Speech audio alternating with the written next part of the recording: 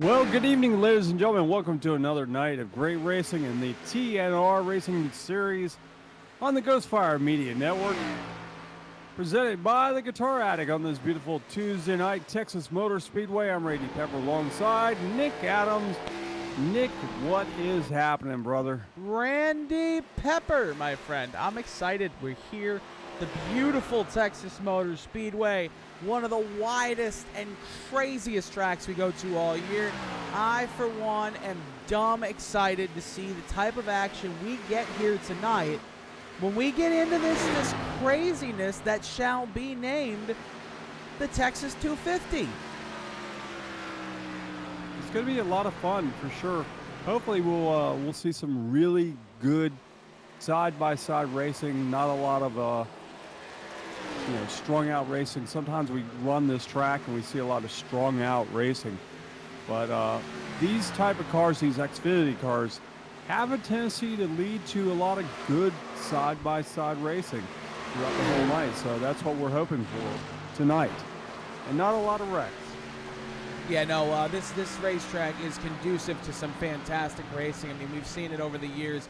Last week, it was a little different story for these guys. They weren't all extremely happy at the end of the evening. But, Randy, I think this week they're going to come back and show us what they're all made of. Yeah, I think there's a lot of redeeming to be done tonight, for sure. And I'm sure we will see a lot of that tonight. Yeah, I believe we will. Randy, do you want to give the guys a little bit of a rundown on what we've seen so far this year? And maybe give a little plug to the Guitar Addict while we get some points updated on our end? Let's go over some. We've seen a lot. I mean, the first race of the season, we saw a brand new winner. And that was Roy Rogers was the first winner of the Ray Rogers, excuse me. I keep calling him Roy Rogers, but it's Ray Rogers, the Jacksonville, Florida driver. And Ray tonight, so far, he's running third on the leaderboard right now. But he was a first-time winner the first race of the season. Last week, I don't have my notes to be able to tell who actually won. I can't remember. It was a long race. I know that. Eric Schaefer. Eric Schaefer, that's right. It was Eric Schaefer. And we got a tumbler, the number 8, just kind of tumbling down. That's the William Tyndall car tumbling down. Which we did not show that, but he was definitely tumbling out here on the track right now. So I'm going to switch my full screen back so I can see what your feed is showing me. I was watching some other cars out here on the track as feed was being broadcast. Anyways. So a lot of good racing tonight, sure to be had. As we we're looking at the number 7 pitting right now. I've seen he's been strong all year, running that number 7 car that resembles Justin Allgaier's car, the Brandt Chevrolet. That is the Dylan Hastings car, excuse me. Speaking of Dylan Hastings, oh, look at it, man. There's a major wreck out there. In the point standings this year. As we get ready for qualifying here, folks, just give me 1 second. We're almost done with points on our end. Ryan Wilson. He was running really well last week and got taken out in a mid-race incident. He did. And That he did. Sorry, folks. We had some issues here right before the broadcast went on, which is why we are behind a wee tiny little bit on getting the points updated. Well, we kind of had a little snafu as well, as we saw the server had to be reset 3 times. Yeah, that did not help things. It's been an evening for these gentlemen.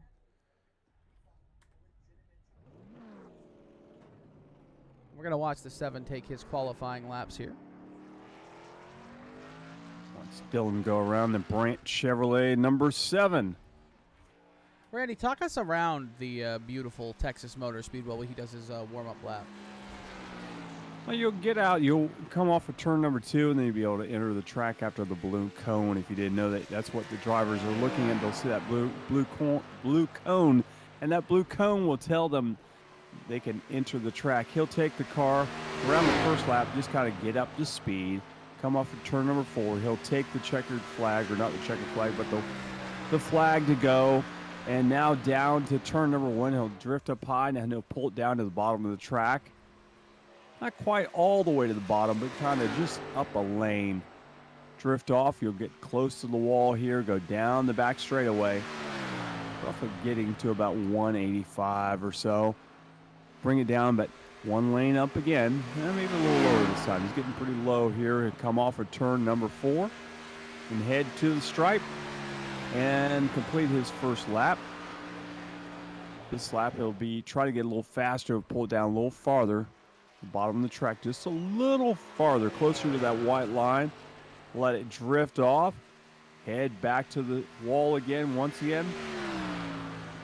And down into 4, down to the bottom of the track once again.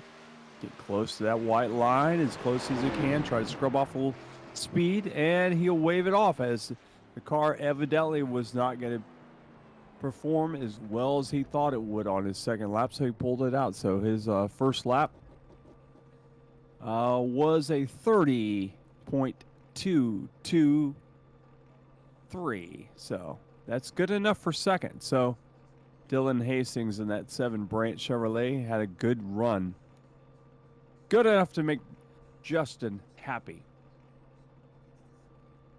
Justin Allgaier, the car that he's actually running there, does actually run on iRacing. So sometimes you might see him on here. Does he? Yeah, actually, yeah. Me and Justin have talked several times about racing on iRacing. I actually did not know that. All right. Yes, he does. We are officially... Here we go, folks. Sorry about that. I apologize. Eric Schaefer is your top qualifier right now in the 35. A 30.150. Actually, he was faster in qualifying than he was in practice. A lot of times I see guys that are actually faster in practice than they are in qualifying, but so far most of the guys are showing that they are just a hair faster in qualifying than they were in practice. Joe Sanchez sits second in the 55, 30.158.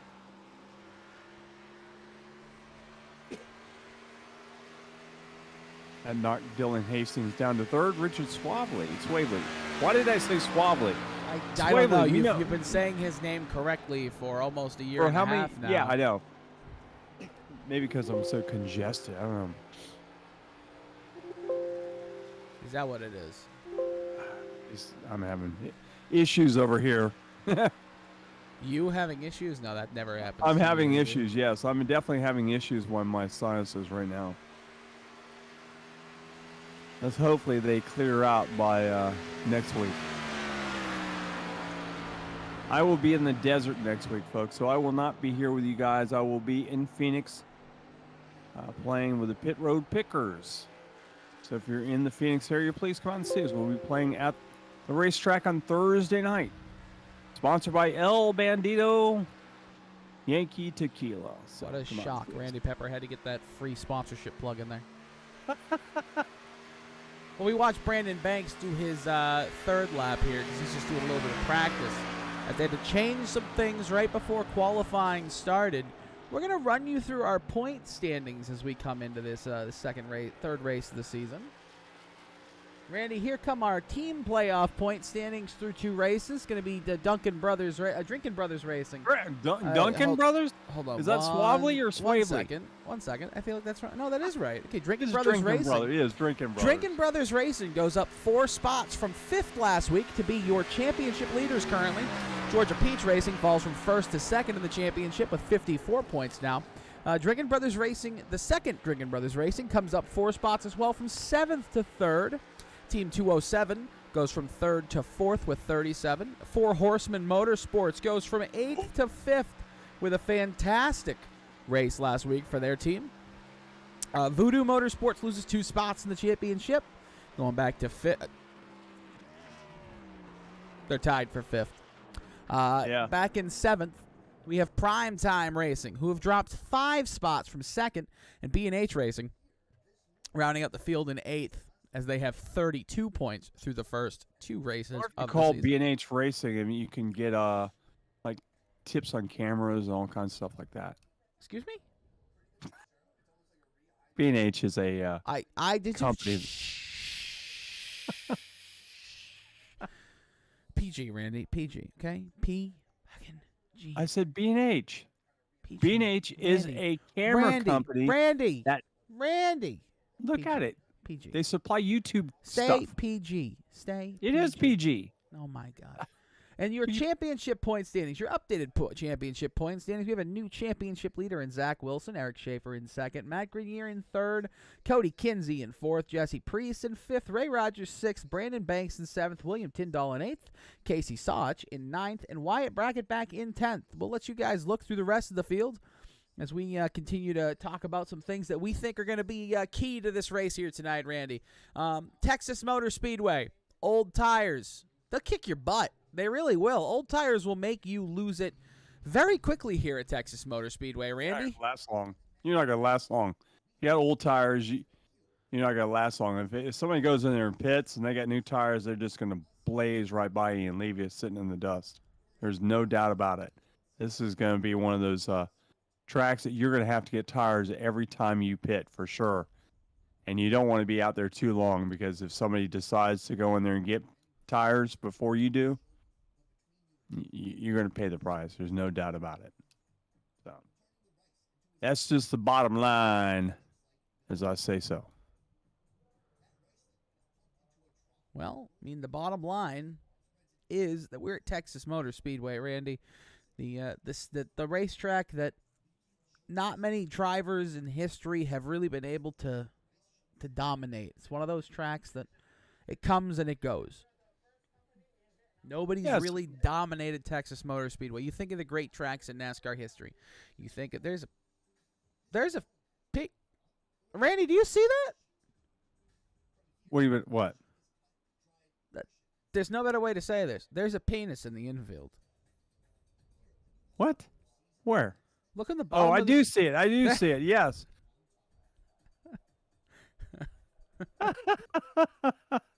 That's funny. I hate it. I hate and it. I wonder why. It's for the motor coach lot too, or it's like the Xfinity motor coach lot. I hate it here. I hate it here. That is bizarre. The world. How is, did you? The world is created by children. Well, I'm sure that was it's probably actually there. I don't think it's actually there. I will ask Pat Patterson, and we'll find out if it's actually ask there. Pat Patterson about the phallus in the. Yeah, please ask Pat. Send Pat a text. Hey Pat, could you tell me how big the phallus is in the Texas parking lot? In the motor please? coach lot, because it is a motor. Don't send any context. Just ask him how big the phallus is in the motor coach lot at Texas Motor Speedway. See if he knows what we're talking about. But anyway, since we're children here, you're the one that saw it, not me. And you are a child compared to me. I hate you. I have kids your age. Just means you're an old bastard. That's all that means. That's right. Anyways. Ghost Fire Media, we've tried to diversify ourselves a little bit in the market, and I normally give sports updates, but I feel like if I start talking about sports updates, I'm gonna get yelled at by Randy Pepper. You're gonna get sidetracked, and I'm gonna get mad at you. No, I'm not gonna get sidetracked. I'm gonna get grumpy when you make fun of the Patriots losing to the Chicago Bears. That team sucks. Who? The Patriots or the Bears? Both of them. You know what? You're not wrong. Hey, it's as bad as the Bucks. Bucks suck too. The fact that, you know what? We're not going down this road. Ladies and gentlemen, tonight here at the Texas Motor Speedway, as always here in this beautiful TNR Racing League.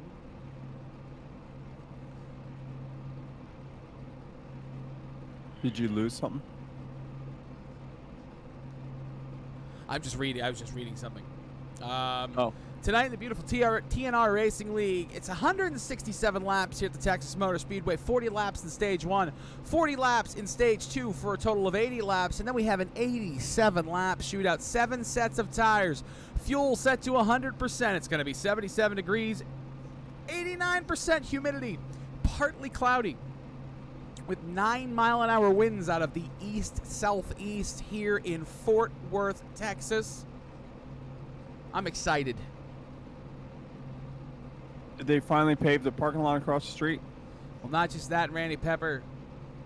The drivers are coming in here with an unknown. The setup has changed from what they practiced on to what they qualified on.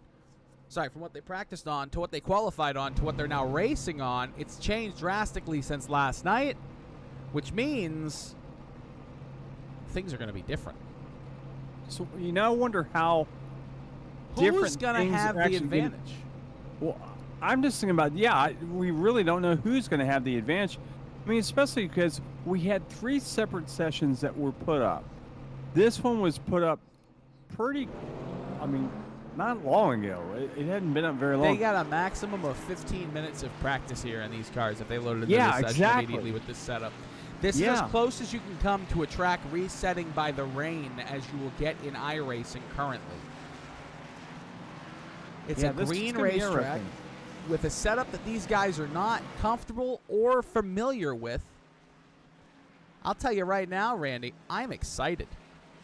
Also, we have a camera tonight for the from the caution lights on the exit of 4. As long as it doesn't blow away like it did in 2013, will be fantastic.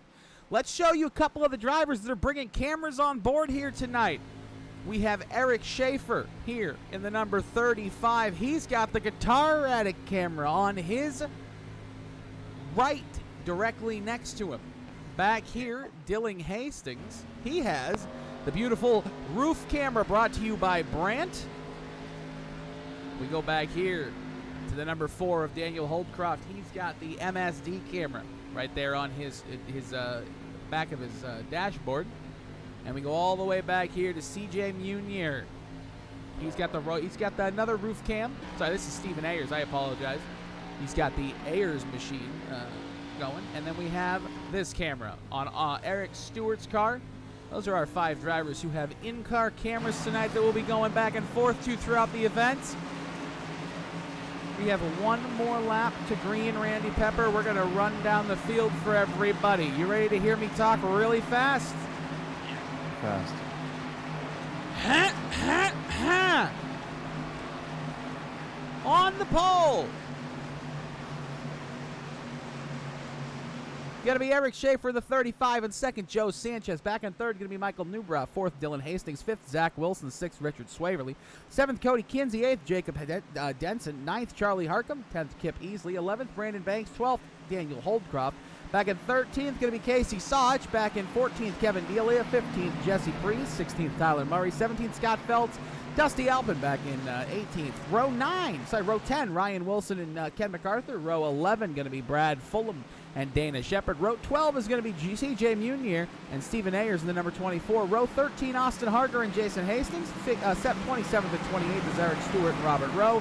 29th and 30th, Matt Grenier and Brandon Burt. 31st and 32nd, Ray Rogers and Tony Kivett. 33rd and 34th, Wyatt Brackett and William Tyndall. 35th and 36th, rounding up the field, Jerome Gibbs and David Brackett. That was good. You got through them all. I've done that before. Yeah. Almost like I'm a professional. Almost. Well, all right, the field is stacking them up 2 by 2. The pace car will pull off. We're getting ready to go green flag racing with Eric Schaefer up here on the bottom side of the track, bringing the field. The green is out. And here we go, green flag racing for the first time tonight. Eric Schaefer will bring the damage on the back already. In the back, we have some trouble. Trouble in the back.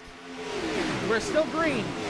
Yeah, there's no caution out as Schaefer will bring him off at turn number 2 with Sanchez right in tow. Sanchez will duck in behind him.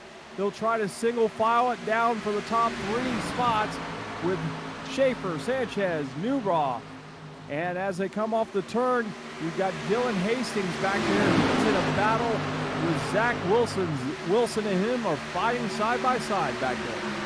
Crossing the start-finish line, this is the battle for the top 5. Dylan Hastings, Richard Swaverly, Zach Wilson, all together side by side as we go off into 1 and 2. These 3 cars right here, you can put a blanket over these 3. One of these 3 is not going to be in the top 5.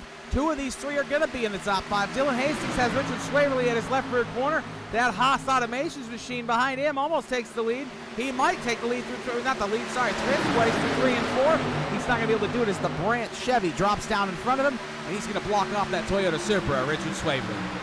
Yeah, Swaverly will have to tuck in behind him, and he's got right behind him. He's got a full trunk full of the 79 of Denson. Denson's right behind him, followed by the 5. Right behind him, Easley. Richard Easley's right back there behind him. The field now kind of settling down in single file. That's what I was wondering, if we were going to see very much a single file racing early on, and we are seeing quite a bit of that right now. Everybody tucking in behind each other and trying to get some breathing room. As you look up front, you see the 55 of Sanchez all by himself trying to reel in 35 of Schaefer. Eric Schaefer has led these first 4 laps and has started to pull away here by about almost a full second. Joe Sanchez 6th and 2nd. Back in 3rd, we got Michael Newbrow, but as we look further back in the field, we've got battles galore here. The 32 of Richard Swaverly has done away with has got to the inside of Dylan Hastings through 3 and 4, and the exit 3 and 4. The 32 trying to do everything he can. He's not going to be able to get him this time, but there are battles galore behind him, Randy Pepper. We got 2 and 3 wide back here for 13th and 14th. You see the the 0 of Jesse Prees. That 0 machine trying to take the spot away from the car in front of him. He's not going to get to the inside, but behind them we got a battle between Casey Soch and Tyler Murray. Good battle with them. They're side by side there, and almost looking 3 wide for these guys. All 3 of these guys running pretty much the same speed. As you see that 16 of the Murray car, and he'll have to tuck in behind the 27 to watch. And then behind them, you've got Holcroft, and that's 4. Right there, Holcroft looking to the outside. Nothing there. He'll have to tuck in behind the 16 and follow in tow. So a lot of single file racing so far. Lots of single file racing as we look throughout the field. Even up near the front now, it's starting to single file up, but Zach Wilson's got Dylan Hastings all over his back bumper. Dylan sees the 32 of Richard Swaverly coming, and he knows he's got to get moving. Otherwise, he's going to start losing spots. He's going to get by the 17 and drive away maybe this time. He's not going to get to the inside or the outside down the backstretch as he continues to make a move now. He's got that left front on that right rear quarter panel. He's side by side through 3 and 4. Here comes the 7 of Dylan Hastings. Dylan Hastings is the only one driving that outside line. He's up high on the 17 of Wilson. Wilson down low, trying to get down to the bottom of the line. Hastings still running that outside groove. The only thing I can say about that outside groove is he is the one that's saving his tires the most over these 3, as the other 2 with Wilson and Swaverly, they're running that bottom line and just chewing those tires up, as maybe Hastings has got some long-term plans in his future, thinking that he can save those tires for an extra 2 or 3 laps over everybody else. I think he's got some long-term plans as that 7 car. He's on the outside. The 32's finally to the inside. We'll take a look on board with that 32 of Richard Swaverly as he looks off behind him with the 79 right there. Take a look to maybe his right this time. Let me find that camera angle. No. This works. Richard Swaverly, you can see him with the 7 on the outside as we go off into 3 and 4. Is that a buffalo on his... Can we get a closer look at that? Is that a buffalo or a tooth? I think it's a buffalo. Richard Swaverly is no longer my favorite driver. I think he's a Buffalo Bills fan. Well, where's he from? Where's Richard Swaverly? Let's take a look. No, I don't think it's a buffalo. No, that's a different kind of buffalo, dude. That's a Wyoming buffalo. It's not the Buffalo Bills, so we're good. No, he's got a bison on there, not a buffalo. Okay, Dylan Hastings is falling like a rock, though, Randy. That Brandt Chevrolet, that thing might need some love and attention. Yeah, he has followed back in line. Now he's got passed by this, I believe that's the 79 of Dents, and Dents got around as well. He's still running that upper groove. I don't know whether the car is starting to push or it has been pushing and he just cannot get it to the bottom of the track, or the car just gets a little unsettled.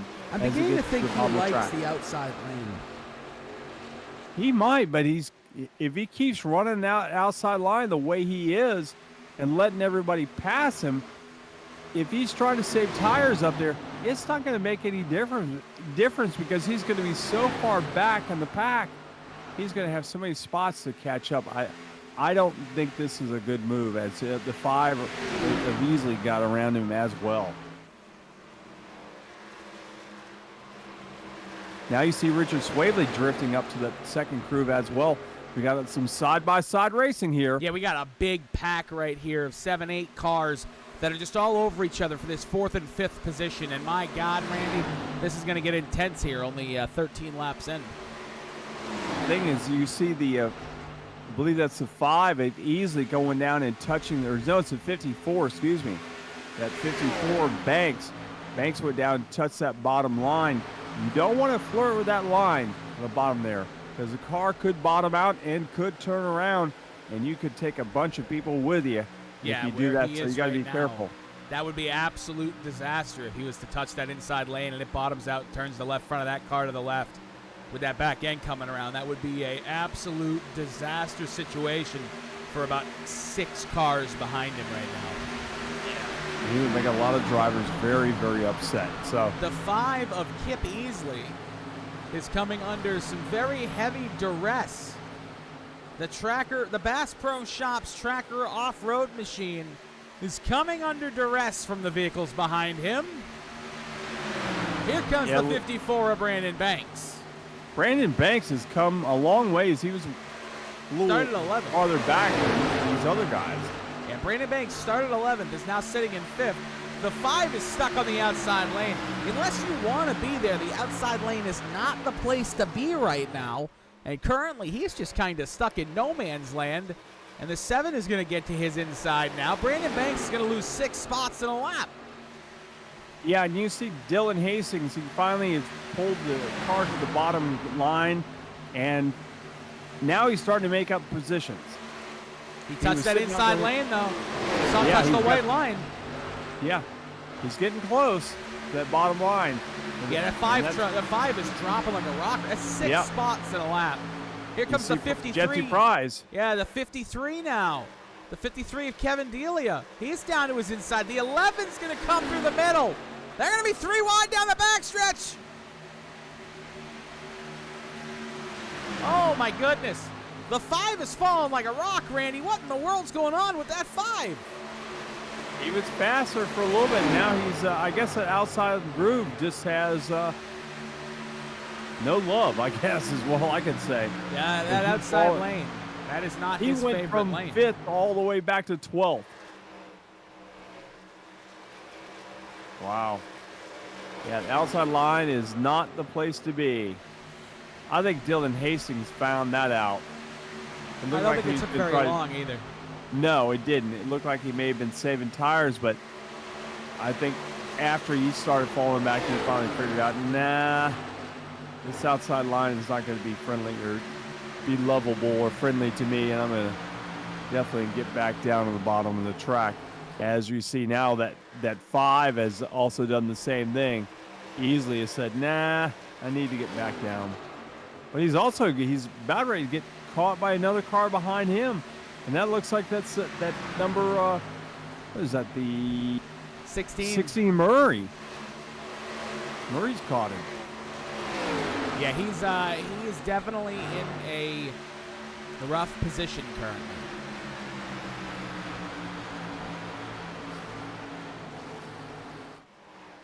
You see that Murray car closing the back bumper of the 5 of Easley. This is a battle back there for 12th and 13th. I know you're going like, why are we following this battle back here, 12th and 13th? Because Schaefer's kind of checked out on the field, and so has Sanchez. They've kind of separated themselves, and this is a good side-by-side battle. Oh, trouble, 2 cars in the wall. The 5 and the 16 came together. The caution's going to come out. And we got more. We got more. More. Oh, my God. We got problems on the front stretch. Problems. Problems on the front stretch. The caution is out here in Texas. But we got major calamity and problems on the front stretch. Let's take a look and see what actually happened. It looked like the 16 might have just drifted up into Easley's position there. Oh, my goodness. What in the world happened here? He looks like he just got real loose. Yeah, the back end started to come around. Oh, net code. Net code. Net code caused that. That was all net code. This could have been a disaster. You got guys in the wall trying to get around it. That could have been an absolute disaster. Could have been a lot worse.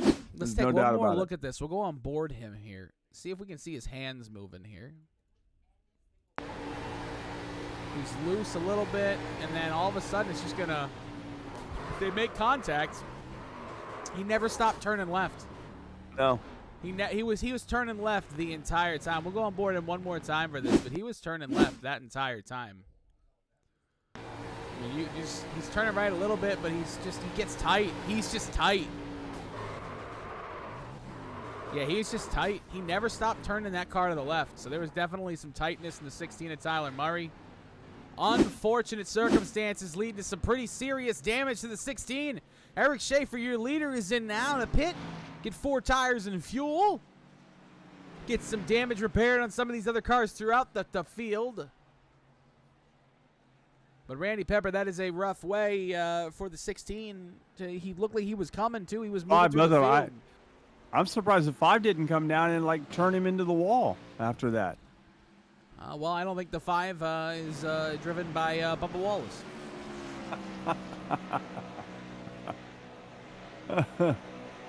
I was happy to see that Bubba actually made a little light of the whole situation this past weekend. Oh, yeah, made light of trying to kill... yeah.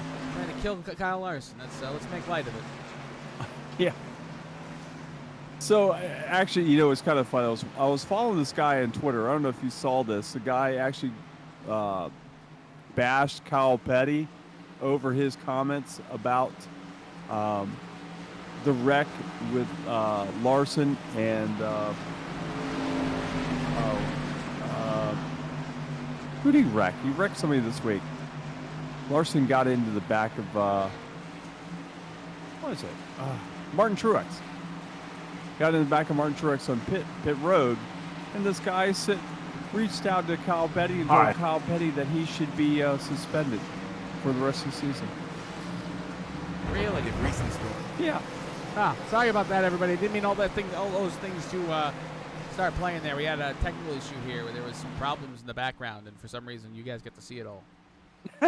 Not sure why. I was fixing stuff in the background, and for some reason it came up and let you guys see everything that was going on. So I apologize for that. It's like, it's that guy on the screen.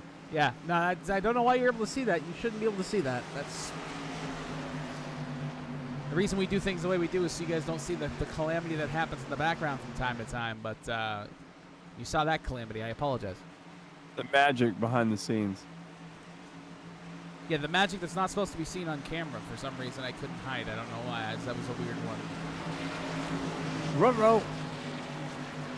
Oh, well. It is what it is, as they say. Looks like the pace cars' lights are out. The field is stacked up 2 by 2. Get ready to go back to racing here again. Wilson now is your leader. So it's Wilson and Kevitt on the front road. Hager running third with MacArthur on his outside in the 97.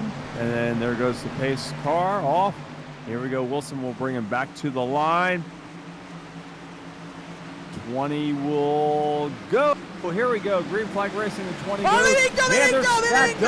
They didn't go back here. We got some serious damage on some really fast cars. And we got guys going everywhere to avoid it. And the caution is back out as we've got guys around. The 55 just got turned after the caution came out almost. He's got serious damage, and they just didn't go on the restart. Accordion. What in the world happened there? Let's take a look. Joe Sanchez is lined up on the 4th line on the inside. He's going to get absolutely clobbered. They didn't go up front. They get run into here, and it's just a cluster muck behind them. Look at this. Guys through the grass, guys everywhere. And NASCAR said, we're throwing the caution for that one. And then the 55 gets turned right there. That could have been a lot worse, but although his back end is pretty, he's much destroyed. He's destroyed. I don't know what in the world happened there, but I'm going to keep an eye on the 55 and the 26 this evening goes along. Front end looks bad. His back end looks bad. He's been pounded. Yeah. That is Joe's not having a good day. That is from these 4 cars here staying out. The 76, 20, 88, 97 did not go when it went green. They just didn't go. Old tires caused that issue. Yep. The 76 is going to pit, but the other 3, the 3 Voodoo Motorsports cars, are going to stay out.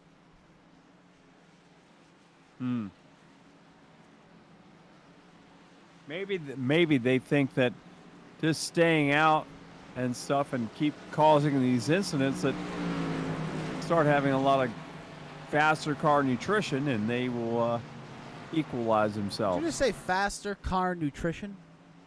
Faster cars nutrition. Yeah, Did you mean attrition? Well, attrition, whatever, nutrition. Nutrition, attrition. 220, 221, whatever it takes. Somebody got that reference, by the way. Anyways, but you know what I mean. So these cars behind them will be, they're gonna be a lot faster because they have new tires. Plus, a lot of these guys back there were already faster than Wilson, Hager, MacArthur. I mean, Schaefer for one. And if they keep stacking them up like they do, we might have a repeat of what we just saw. So I guess that's one way to take the field out and win a race. I'm not saying that they're doing this on purpose, but it could happen. Am I correct? Yes, I am correct. A little morbid thinking. By the way, hey, Halloween's coming up real soon on Monday. Hope everyone is going to go out and get their hey, Randy. Not their Christmas, but their Halloween candy. Speaking of Halloween, do you want to see something scary? Yes. Folks, we're going to have a message from the Guitar Attic. Be serious for a second. Are you tired of being a loser? Can't do anything right? Feel like everyone's coming down on you all the time? Well, there's a way out. And I'm going to show you. Hey Mom, look what I learned. That's right. Pick up a guitar, learn how to play guitar. Automatically you're going to become a chick magnet. The ladies are going to love you. Your kids are going to think you're cool. So what you need to do is come down here to the Guitar Attic, 1672.5 Ridgewood Avenue in Daytona Beach, Florida, or go on GuitarAttic.com and buy yourself a guitar and automatically be the star of your neighborhood. That's GuitarAttic.com.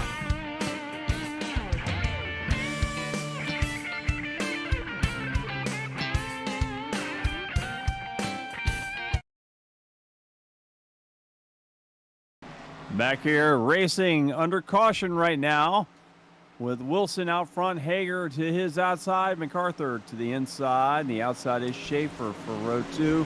Row 3, it's Rowe and Newbraw running 5th and 6th. Row 5, it's Banks and Hastings. Actually, that's row 4.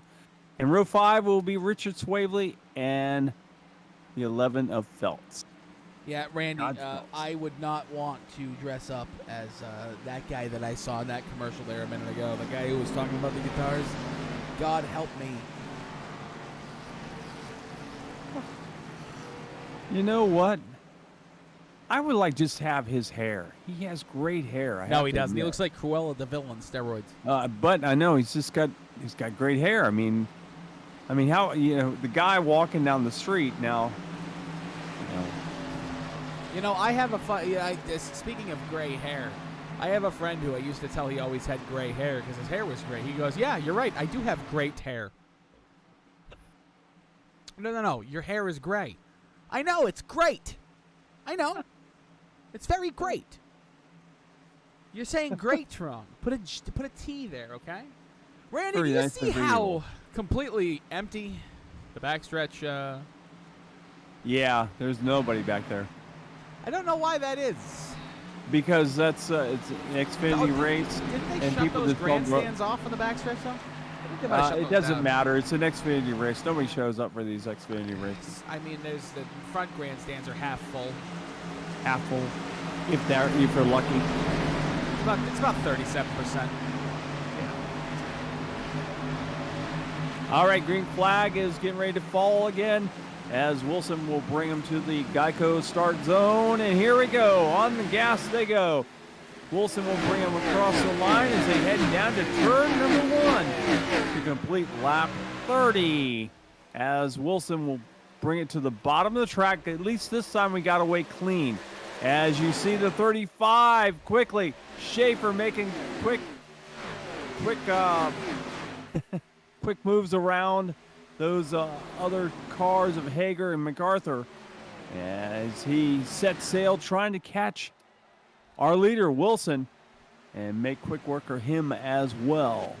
You see one car drop into the very bottom of the track. I don't know who that was.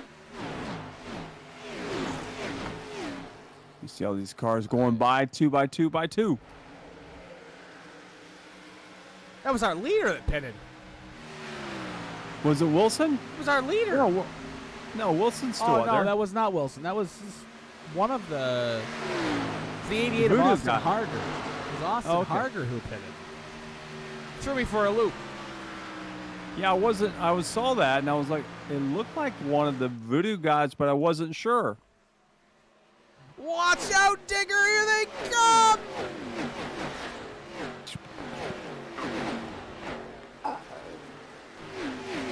What the hell was that noise? Look at the 35. He is almost 2 seconds ahead of Ryan Wilson already. Michael Newbrough finally to the inside, but he's got a 2-second gap to make up for the 35. Yeah, what's sad is we had, before this last caution, Sanchez was roughly only a second behind Schaefer. Now he's pretty much out of the race. Yeah, that car is destroyed. The 7 at Dylan Hastings, though, he's coming. He's not coming fast enough to get to Schaefer, but he is going to get Michael Newbrough off into 1 and 2, and he is blinking bad. Yeah, he is. The 7 to the inside of the 56. The 7's going to take the second spot away from that Mountain Dew machine, and he's going to drive down the backstretch in that beautiful Brandt machine with 5 laps to go in stage 1, trying to get himself 9 stage points in the 7. You see the 56 back end. It's been definitely tampered with. Well, I mean, from all these restarts that we've had that have ended in calamity, it's not a shock to me that he has some damage on it. See, there's actually a few cars I see that actually have some damage from that restart. Surprisingly, more cars than I thought would actually have damage. As you see, the Newbar car getting under fire from the 11 of Feltz. Feltz is going to dive to the bottom. Feltz actually, I think, restarted 10th or so. So he's having a good time. Now in the 11 car, he'll get around the Newbar, and Newbar will fall back to the 4th position. Although he's not ready to go away quite yet.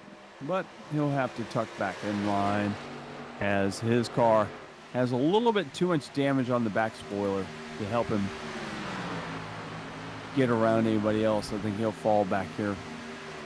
Before long, he's going to be in the bank zone. Only going to survive 4 more laps. He's fighting back on the 11.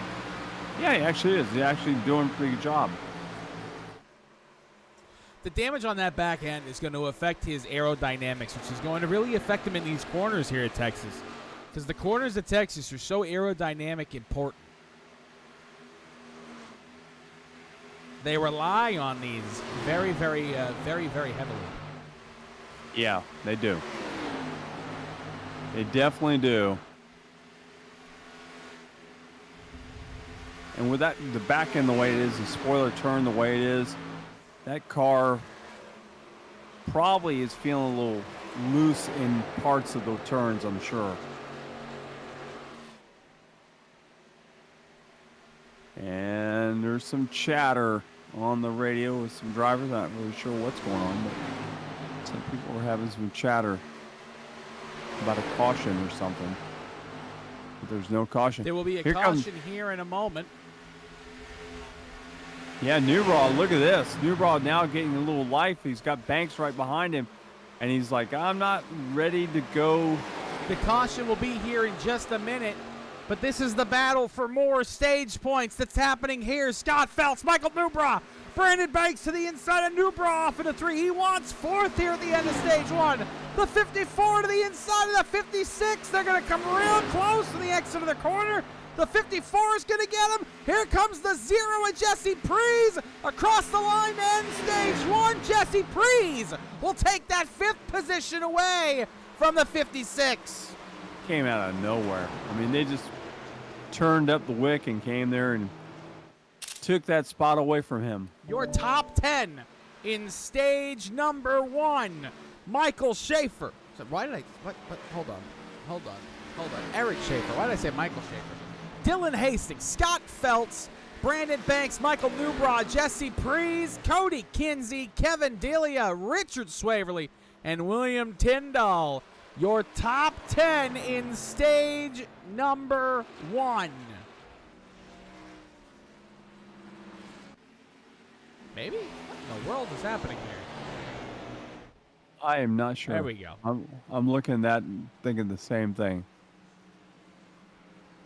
Well, Randy Pepper, let's do some updatings. Who led laps in the stage? Schaefer and Wilson. Schaefer and Wilson? Which Wilson? Was it Zach Wilson or Ryan Wilson? What number was it? 20. 20. Look at that, Zach. You'd be correct in saying Zach. Very proud of you for being an old man who can read. I wasn't reading. I don't have a last name on my screen right now. So that was actually memory. Good job. Look at that. The old guy still has a little memory. An old guy with a memory still. That's a shocker. I know, unlike our president. Oh, boy. All right, well, that was actually, I have a pretty good memory because I memorize like thousands of songs. So if I can memorize all those, I can memorize this. There you go. Eventually. The 32 is going to win the battle off of pit road during the 35. There it is. Grenier is out front, though. I guess Grenier did not pit.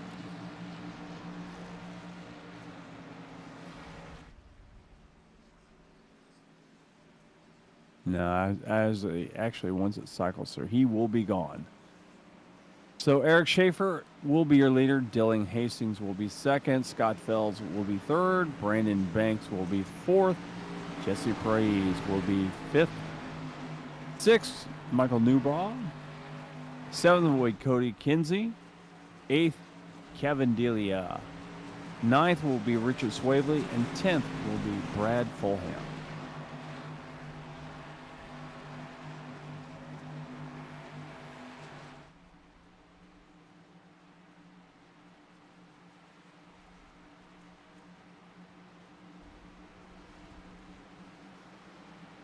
Guess we're looking at that 88 up there is kind of wandering around. That's a good looking car, that 88 car.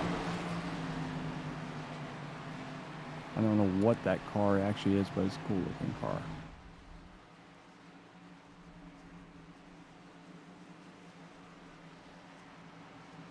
I've seen the Whiskey River on anybody's car in a while. We used to have a Whiskey River up in Jacksonville, and it is no longer there anymore.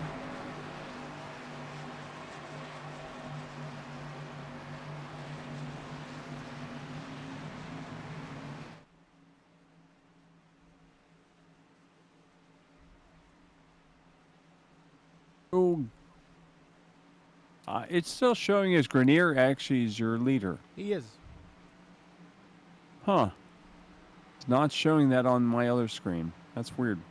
But he actually is. He stayed out. He's right here. He's in the lead. Yeah, I see him. And then unsponsored number 15. Actually, what's he got? Lux on the hood there? Yes. Lux. Don't know what that means. Not sure what Lux is. We'll have to... Maybe we'll get with him and find out what Lux actually means.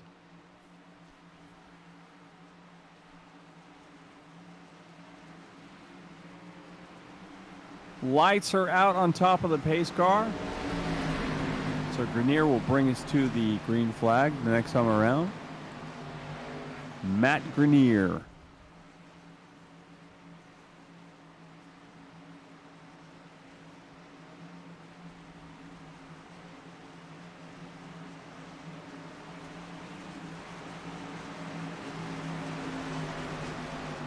Got an alert on my watch that said there are shining lights shining over the top of the town. They're not sure what they are.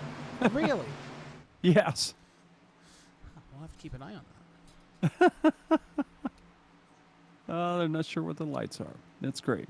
I wonder if that'll actually make the news. The national news, that is. All right, pace car will bring him into turn number 3. He should pull off here at turn number 4. We'll get back to green flag racing here on Ghostfire Media's coverage of the TNR series.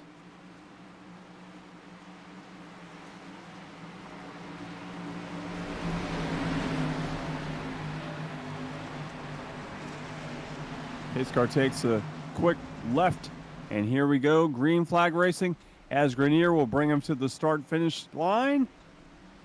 It's going to complete lap 45. Here we go. Green flag is back and waving here at Texas Motor Speedway as they go down into turn number 1. Side by side with Grenier down to the bottom and Schaefer up high. Schaefer's got to watch out. Got to watch out. You got that. You got the Grenier dropping. I don't know what you're going on there, Nick. You got some stuff moving around the screen. Yeah, you're good. I know. I'm trying to do something while we're doing this. Okay. Don't worry. I'm trying to add something. Okay. All right. So, Fulham that came out of nowhere. Fulham will now lead the field with Schaefer behind him. The 16 of Grenier or the 15 of Grenier is going to fall like a brick as they're going to be 3 wide. Whoa! Look out, folks. We got people shuffling all over the place with Grenier falling like a brick. And he keeps to continues to follow. And they were 3-4 wide here at Texas Motor Speedway to get around him. Poor guy's going to keep falling and falling and falling as Schaefer's just pulling away from the field with Jesse Prize right behind him.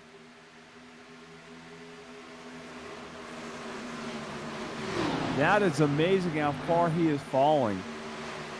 It is crazy how far he's fallen back. We take a look back at the front, though. Look at Schaefer driving away. Well, not really. Compared to the last time, Jesse Prize is right there behind him. Only 1, 2, 3, 4, 5 car lengths back behind. That's the closest we've seen anybody tonight. As you got him and you got Dylan Hastings back there in the 7 right behind Jesse Prize. Prize last week won the pole for the race, and this week trying to redeem himself as he's trying to hang on to the back bumper of that 35 of Schaefer. And Schaefer will take him into turn number 1. Randy, if you remember, I've always said I wanted to have one of these. You remember What's that? The little scores down in the bottom. Oh, the scoreboard. Oh, is that what you got there? You got a little scoreboard. Yeah. So I've always said I wanted to have one of those so we could talk. You guys could catch up on your other sports while you're watching the racing here. And there you go. I finally got it. I figured it out. Took me longer than I wanted to, but I got it. Huh. That's pretty funny.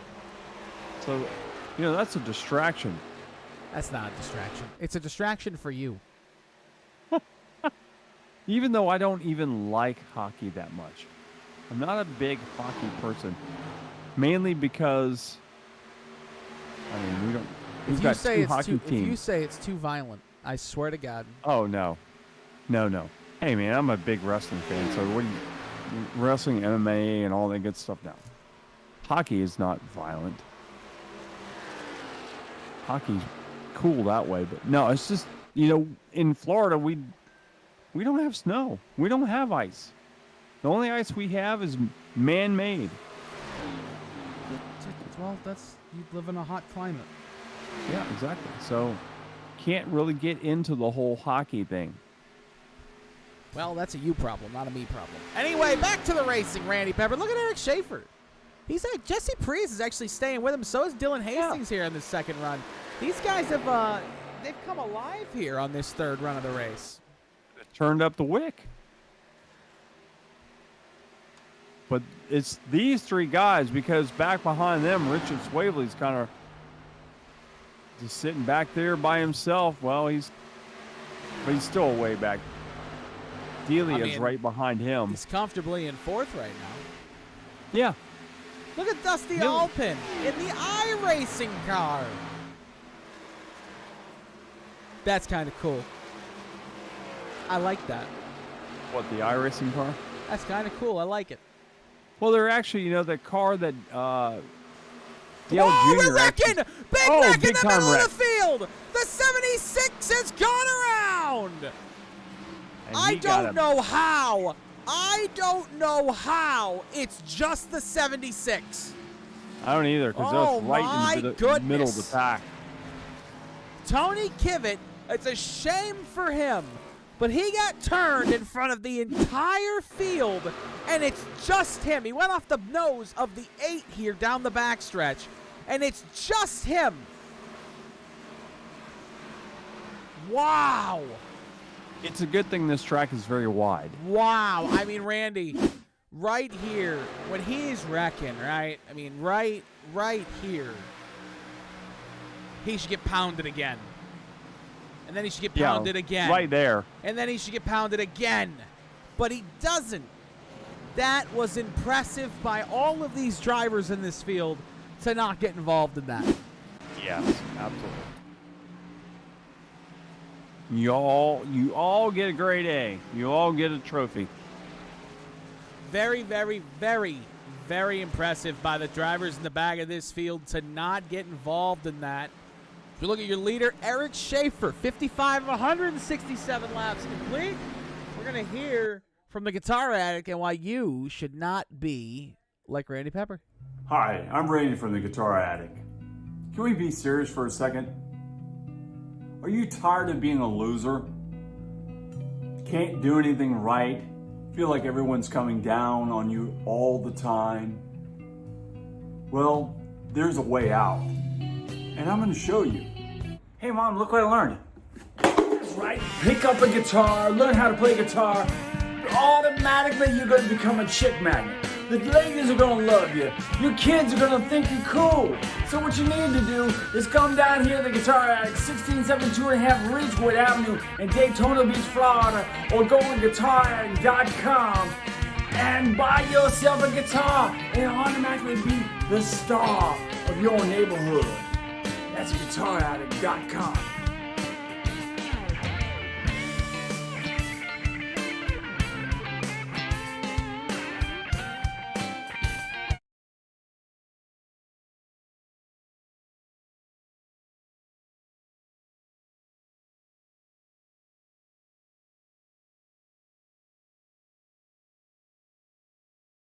Well, back here on the Ghostfire Media Network, Randy Pepper alongside Nick Adams.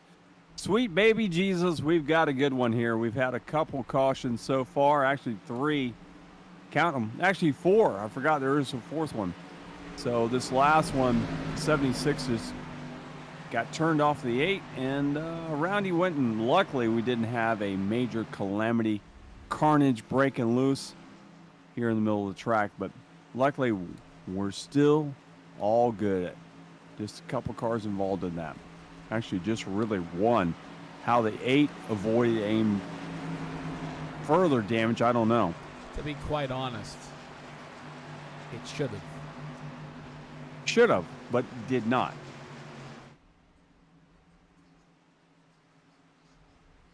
"56 laps down, 167. So we got still quite a ways to go. We've still got over 100 laps to go in tonight's featured event, as the Blackhawks are beating the Panthers right now in the second period with only 2:48 left to go in the period. Yeah, the Flames lead the Penguins 2-0 at the end of the first period. We'll check in with our sports reporter here later this evening. I have a name for him. I'll tell you it later. You're going to love it. Okay. You're going to love it. I used to do this when I was on the radio. We would have the scores coming across the ticker there, and I would read them as they would come out. So it was kind of my thing all the time. Read all the scores, all the baseball scores, NBA, and hockey. And I also would keep up on what was happening in the WWE or WCW as well at that time. You really are old. Oh yeah, I'm old. There's no doubt about it. But as one guy said, I'm the coolest old guy in the block. The coolest old guy on the block, huh? Yep. And I'm the only old guy in the block. So as I always say on stage, I'm the best guitar player on this side of the stage as far as I know.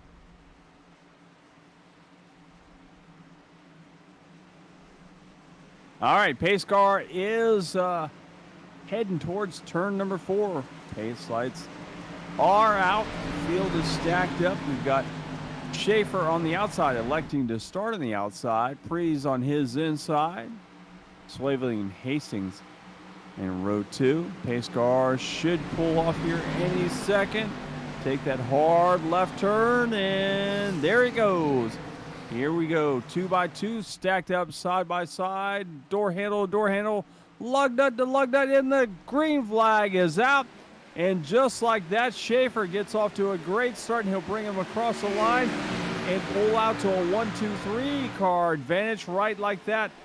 Now he's stretching that out to a 5-car advantage, as you see Richard Swavely trying to get around on the outside of Prees. He's got a good line going up there. On the top of the track, right against the wall, he will get around Prees. Well, maybe. We'll see if he can hang on to that as they come off the turn. Richard Swavely, we are very familiar with Richard, aren't we there, Nick? We are very familiar with Richard Swavely. Swavely right behind Schaefer. Could Swavely actually have something for Schaefer? No one has had anything for Schaefer all night long. Eric Schaefer has been the man to beat. As Swavely's right there behind him. 1, 2, 3. Carling's behind him. Actually, now he's starting to open that up. Schaefer saw Swavely was coming. I think he said, I better get back on the gas and leave these guys behind. And the field behind him is stacking them up 2 by 2. But way back in the back, because these guys all up here are not side by side, but they are single file. And we got a giant conga line starting to form around the Texas Motor Speedway. Well, we might have a giant conga line starting to form around the Texas Motor Speedway, but Randy, we've had 60 laps of pretty cool racing here around this beautiful racetrack. This is why Texas is so great. Because for a racetrack, me and you kind of talked about this, right? Off air a couple weeks ago.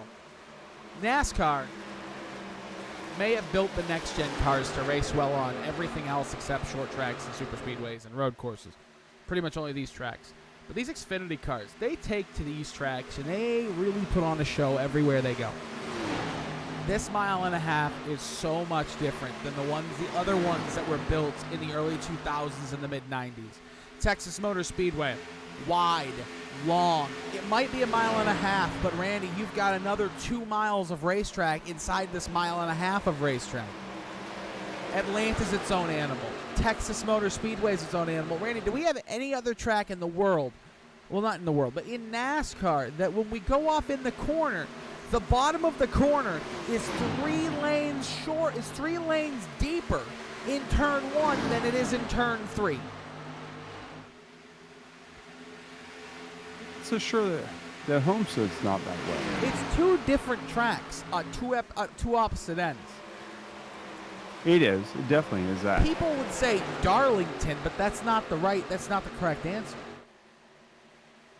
What is the correct answer there, Nick? Phoenix Motor Speedway. Yeah, you are correct in that. Yeah. That's the only other one that's like that. I mean, you have a 5-lane wide breakdown lane here, bottom of the racetrack here at Texas, in 3 and 4. In 1 and 2, it's 2 lanes wide, while the track is 12 lanes wide.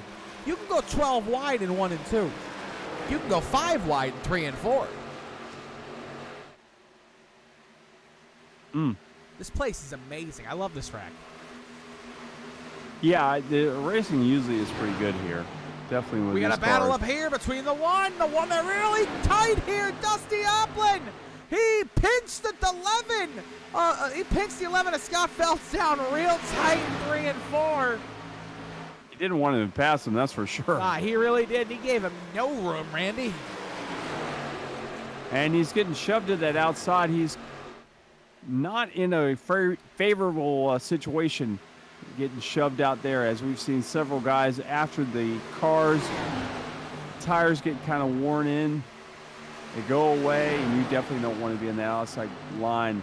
And I thought he was going to try to tuck in right behind the Banks car, but no.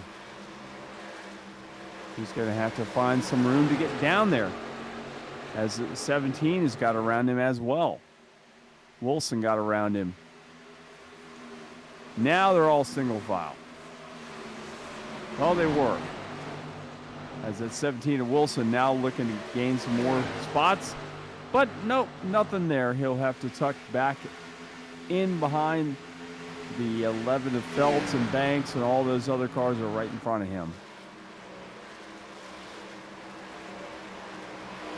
And the 1 gets shoved out again. Applin gets shoved back out there. Applin and that, we were talking about the iRacing paints game. Dale Jr.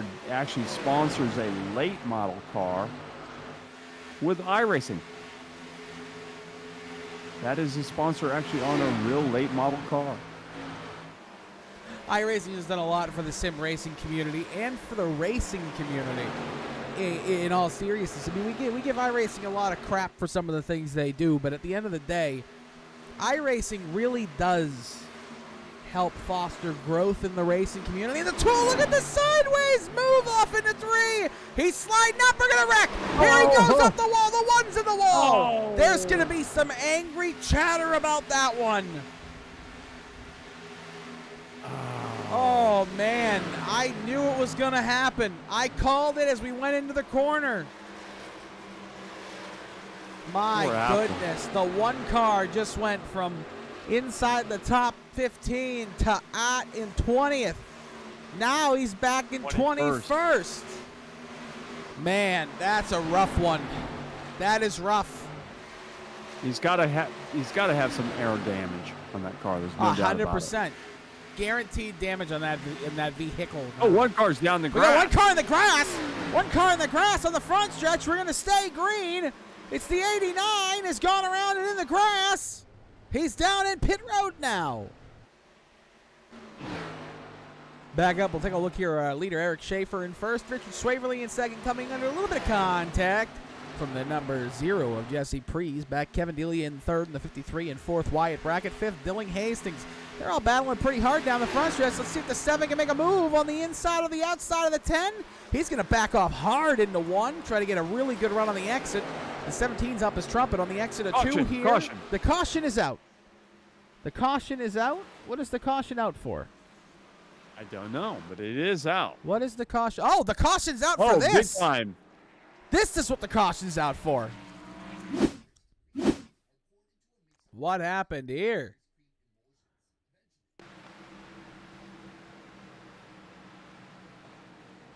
We do not have visual of what happened. What? By the time our cameras catch up with it, we are wrecked on the front stretch. And big time wrecked. There's 62. And the 2, though. The 2's destroyed. My goodness. That is shocking. It's 8 shocking laps that the left. cameras didn't catch that. Yeah, I don't know why. 8 laps left in stage number 2. They might call the stage here. They've done it in the past. We'll keep an eye on it. I'll let you know.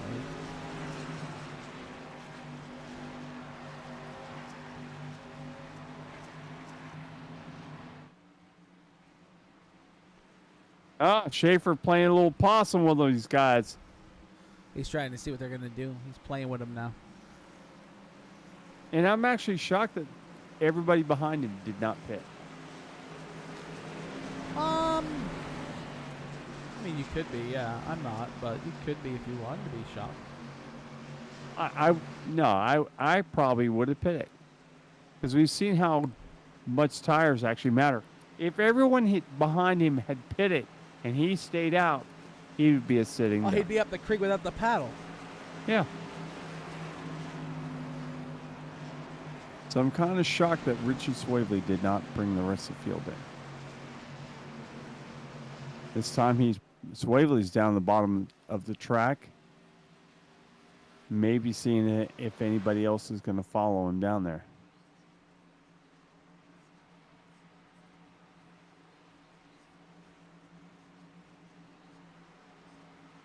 Or are they going to hang out there and keep the track position?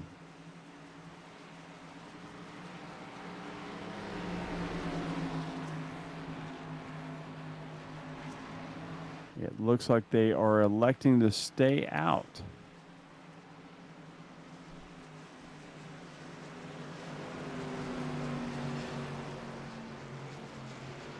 So I would have thought they would have already pulled down, but nope. They are going to stay out. So Schaefer dictated his card game, and they followed it.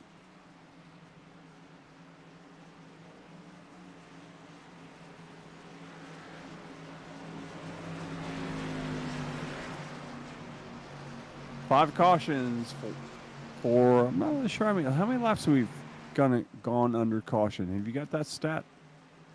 How many laps under caution? I do not have that stat now. Okay. Well, 5 cautions tonight. 74 laps down out of 167 laps. It'll be 75 laps this time around.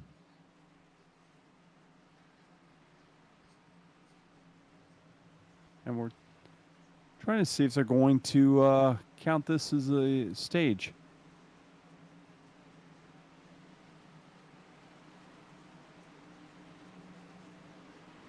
Not sure if they will or will not. I think Richard Swavely would be more than happy if they did.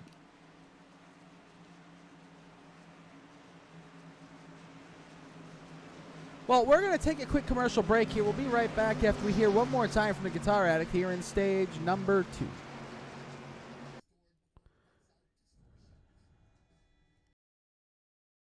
Hi, I'm Randy from the Guitar Addict. Can we be serious for a second? Are you tired of being a loser? Can't do anything right? Feel like everyone's coming down on you all the time? Well, there's a way out, and I'm going to show you. Hey Mom, look what I learned. That's right, pick up a guitar, learn how to play guitar. Automatically you're going to become a chick magnet. The ladies are gonna love you. Your kids are gonna think you're cool. So what you need to do is come down here to the Guitar Attic, 16725 Ridgewood Avenue in Daytona Beach, Florida, or go on GuitarAddict.com and buy yourself a guitar and automatically be the star of your neighborhood. That's GuitarAddict.com.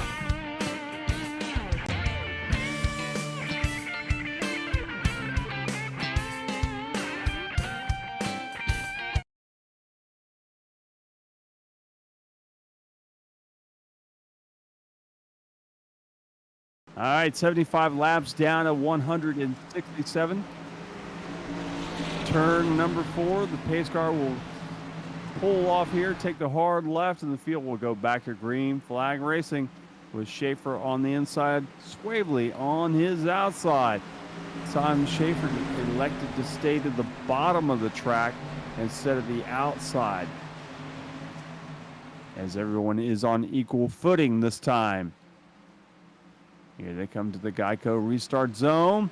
And then we are green flag racing with Schaefer getting a great start. And we got one car down into the grass already. Not sure who that was, but it will not bring the caution out. So no harm. So we're all good. As Jesse Praise was able to get around the Swavely car. So now it's Schaefer, Praise, Swavely, Delia, and Brackett. Brackett, we haven't talked a lot about Brackett tonight, but now running in that 5th position as Schaefer now leads by himself.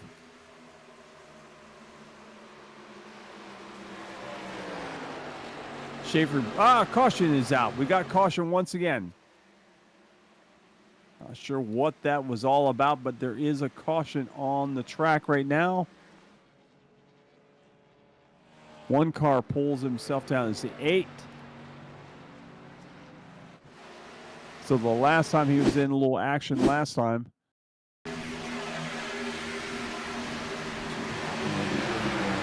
Oh, he got put in the meet in the middle, and he just went around and he took the 98 with him as well, it looked like, and slammed that inside wall.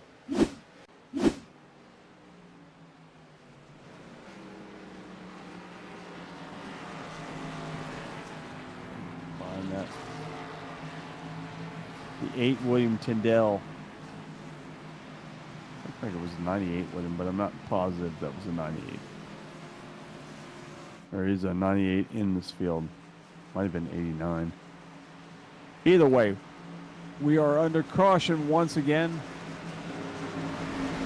Here, Texas Motor Speedway. Tonight's race of the TNR series on the Ghostfire Media Network. I'm Randy Pepper. Calling the action right now. The cars now are going to come down on pit road. So Schaefer will bring him down, the attention to his pit crew. Under caution number 6. As you see Jesse Price pulls down into his pit. As your leader has a long ways to go. He's all the way down to the front. He'll pull it down in his pit stall. Right side is up. 4 fresh Goodyear tires are going to go on the car this time. Left side is up. Tires are going on. And they're on, and off he goes, and he will just beat Jesse Price to the line. So Eric Schaefer will bring the field off of pit road. Looks like Newball stayed out on the track. Maybe trying to collect his bonus points for staying out and leading a lap. We'll wait for the official scoring. As I cross the line this time around. Complete lap number 80. You're in the Lone Star State. The state that is so long when you're driving down I-10, you think it's never going to end. If you've ever been through Texas driving I-10, you know exactly what I'm talking about. Come across the line. Let's see. Yeah, the 56 of Newbrawl still leading. Schaefer, Prize, Brackett, Swavely, Banks, Wilson, Applin, Sanchez, and Hastings make up your top 10. Applin, that's actually a good recover for him. I don't know if he got 4 tires or 2 tires to come back, because he was back running around 22nd. And now he's all the way back up to 8th. So I'm not so sure he didn't just get 2 tires, but I'm not positive about that. It seems like he had a really good pit stop to be able to pick off that many spots. But it's possible.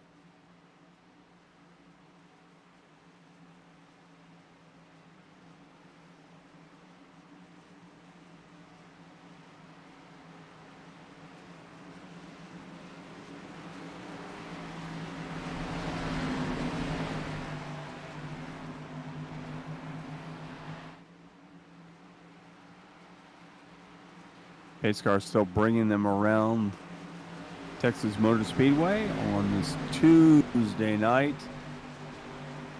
on the Ghostfire Media Network.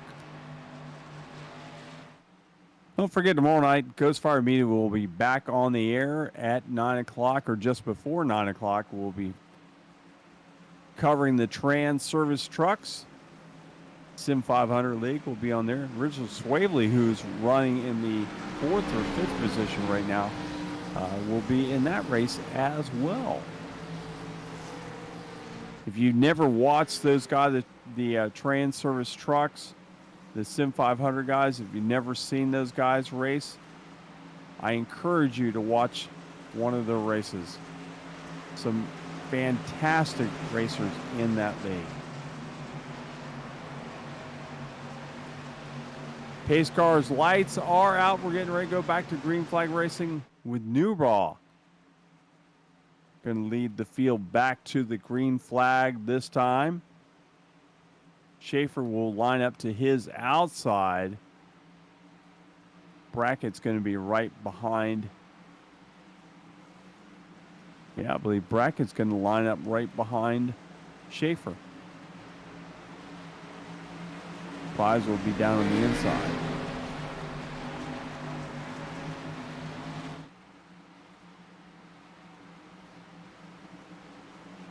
Here we go. Getting ready to go green flag racing once again.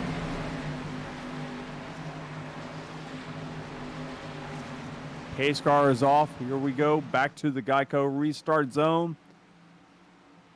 Newbraw will bring us to the line. He's on the gas, and here we go. Green flag racing.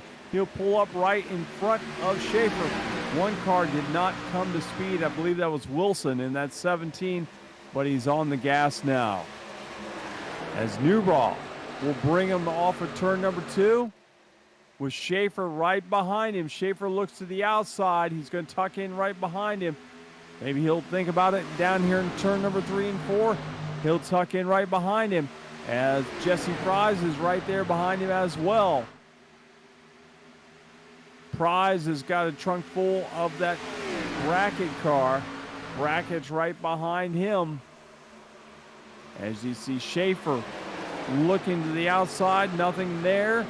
As Newbraw brings the field, this time Brackett is right, or not Brackett, but Schaefer pulls the bottom of the track. He's going to get to the inside of that number 56 of Newbraw, and he will make quick work of him as they come across the line, this time to complete lap 84. 84 down of 167. Newbraw is not ready to give up, as now we've got a good battle with Schaefer and Newbraw right there behind, and right behind him you got the number 0, Jesse Prize. Prize right there behind Newbraw, looking to the inside, taking a sneak peek down there. He knows he cannot let Schaefer get too far away, because he knows if Schaefer gets too far away, he will have no shot whatsoever to get around him and maybe lead a lap. Schaefer's been the man to beat all night long in that 35. 35 now is starting to separate himself from everybody else. He's 1, 2, 3, 4, 5, 6 car lengths away from Newbraw. Newbraw actually doing a heck of a job. His tires are a little older than most everyone else. He's still holding on to that second position. And Surprise has looked to the inside, but he hasn't been able to get anything happening. Now this time he's going to look to the inside again. Maybe he'll have enough momentum to get around him this time. They are side by side for second. Prize looking to the inside. He will dispose of the 56. He got one car down to the very bottom of the track. And Newbraw's now got a challenge from Brackett. Brackett looking to the inside. He'll look to the outside. Once again, taking a look to the inside. Maybe he's going to try to get around that third position car of Newbraw in the 56. But he'll have to tuck in. Here he goes. He's looking to that outside. As you look off the back bumper.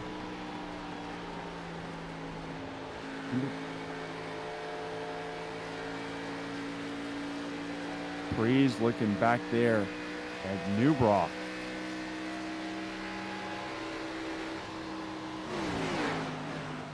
Off into 3. Here comes Brackett. Brackett's going to get around him.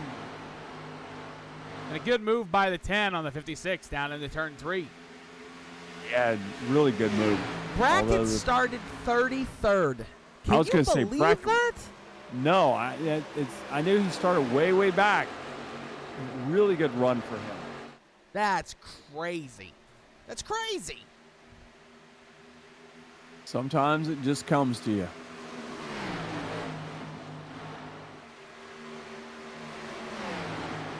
And Newbraw is back there just trying to hang on as he's got a trunk full of Banks and Rogers right back there behind him.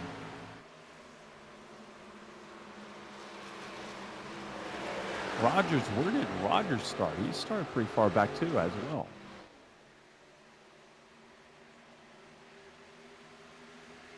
Forgot where Rogers started back there. Who, Rogers? Yeah. Rogers started in 32nd. I was going to say Rogers started way back. And look at him. Yeah, these guys are Rogers moving. running the 6th. So this is the second week in a row that the same driver has won stages 1 and 2. Eric Schaefer won both of the stages so far. Can he continue the streak of drivers winning stages and then the entire race? Somebody just blew up. Is that what that was? Somebody just blew up somewhere. And blow up. Somebody yeah, done blowed up. It was an orange car. I don't know who that was. Somebody done blowed up, Randy. And blown up that car.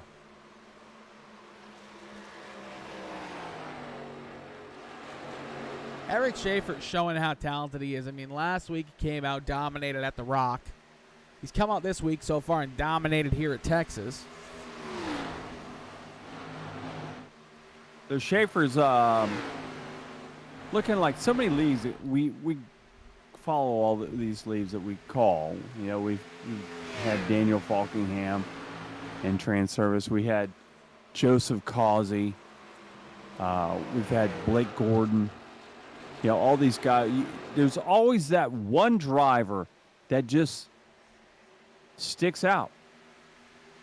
So Schaefer may be the guy that we're gonna have to watch every week in this 35.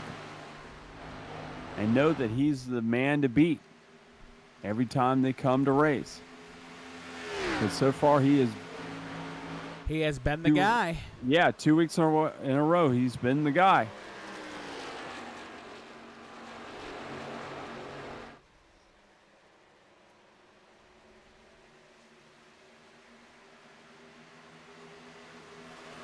Let's flash his picture up there one more time. Let's get a good look at him.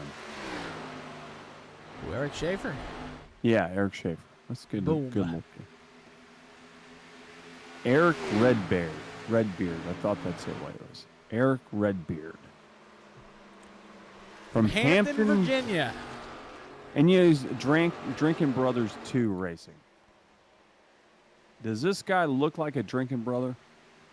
I would test. Yes. Yeah. I would say so. I would say there's some ice cold beers on tap. You think so? I think so. Ice cold beer. I'd almost bet that I can see him on a Friday night at Walmart going, excuse me, ma'am, can you tell me where your ice cold beer is?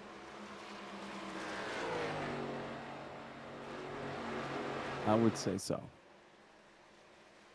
Eric Redbeard Schaefer. Is that officially his new nickname from you? I think that's his new nickname. Oh, Eric man. Redbeard Schaefer. He would not be the first Eric Redbeard. There actually was a wrestler named that. Actually still is a Redbeard wrestler. He actually used to be part of the Wyatt family. Do you remember them, the Wyatt family? Of course you do. Schaefer's just, he's gone. He's in a whole nother class by himself. Nearly 1.5 ahead of second place. Seattle Kraken just scored a goal to make it 2-0 in their game against the Buffalo Sabres, if you guys didn't see that in the bottom right-hand corner. The Lightning play at 10:30 tonight. Wow. They're on the West Coast. Yeah, I know. I am not looking forward to the time change next week. What's wrong with the time change? Well, I'll be on the West Coast. Be out there in Phoenix, so that, I'll lose those hours. And then we're going to have the time change to boot. So it's going to be even weirder.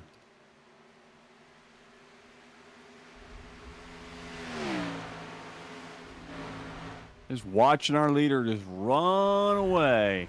Although he's kind of stagnant now. He's still just 1.5 ahead of Jesse Prize. And you got Rogers now running in that third position. He got around Brackett.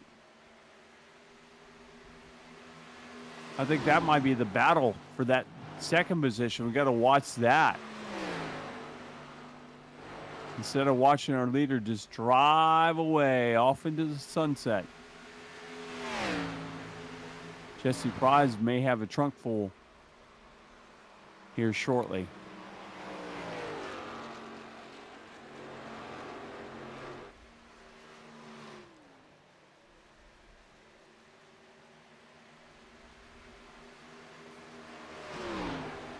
Yep, he's just kind of coasting around the track all by himself, as Eric Carmen used to say.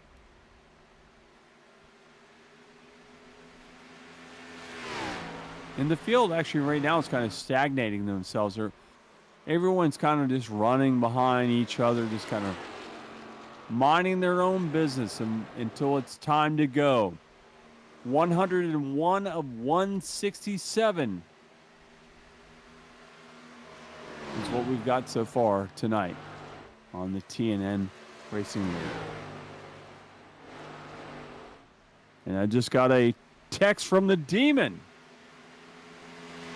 You know who the Demon is? No, who's the Demon? Dale Torberg, the former White Sox strength coach. And the Demon, the only official wrestler that was sponsored or licensed by KISS. He actually still does this. He actually shows up in, it was in Impact not too long ago, but he was in WCW and dresses up as Gene Simmons' KISS. Look him up. The Demon. WCW Demon. I just got my text from him. He's actually a good friend of mine. You just love to flaunt who you're friends with, Randy. And I'm dead serious to this. I should screenshot this, that Dale just said this. I actually took him next door to my, we have a new toy store in my plaza. I didn't realize how popular toys were, the little, all the little figurine toys. I didn't realize how popular they were with the kids today. You have any of those? Little figurines of baseball players, football players, or Dragon Z, or any of those?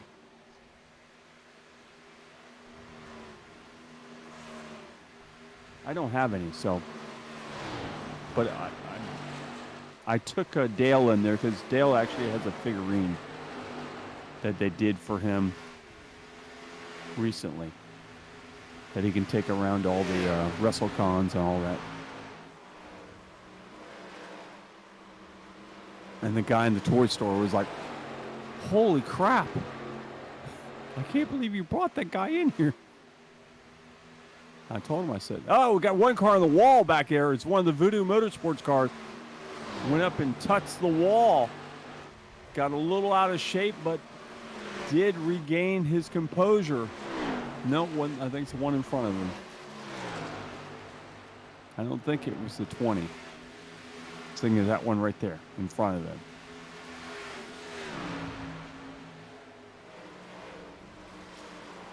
Yeah, the 17. That's who it was, Wilson.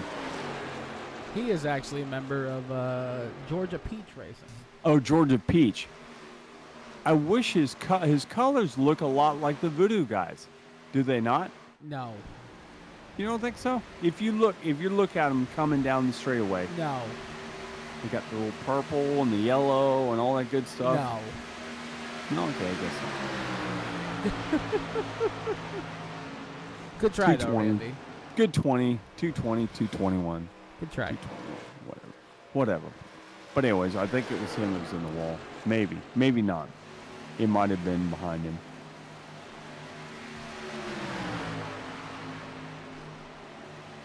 Wilson's always happy the Georgia Bulldogs probably do good, I'm sure. Yeah, Georgia Peach. Right up until they face the Alabama Crimson Tide in the national championship game. You think that's going to happen, huh? I'm pretty confident on it, yeah. Well, Alabama already lost to Tennessee. Yeah, but the Vols, they're a real team. For a change. They haven't been a team since Fulmer left. I'm a Boston College fan, so I don't get much. Get much? Get much of what? Winning. Oh, winning. That's right. That's true. Yeah, Boston College doesn't know what. I get to watch the third worst team in the ACC constantly get their rear ends kicked. And you know the bad thing is there's no good teams in the ACC. Clemson, Florida State, Wake Forest. Okay, NC wait. State, Syracuse. Okay, so wait, you got one, Clemson. Clemson's 5. Wake Forest is 13. Oh, caution out. Oh, the caution is that? Who spun around? Brandon Burt. Let's take a look and see what happened to him. And it doesn't look like we have, the cameras didn't catch it. Cameras did not get that one either? Nah, I gotta solve this issue for, no, there it is. He's spinning around on the backstretch. I gotta solve this issue for next week. I don't know what the heck's going on. But the Budweiser car absolutely killed.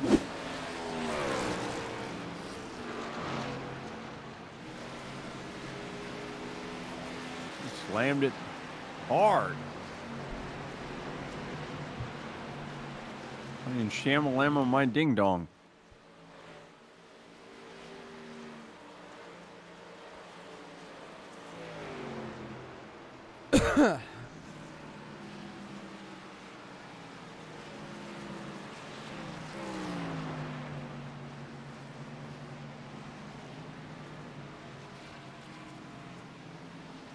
Just watching the cars go around right now.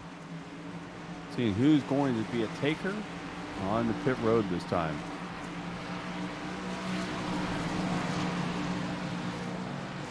Looks like everybody. Yeah, I was almost. I was one guessing car everybody. Well, one car did stay out, but I don't know if they were a lap down or not.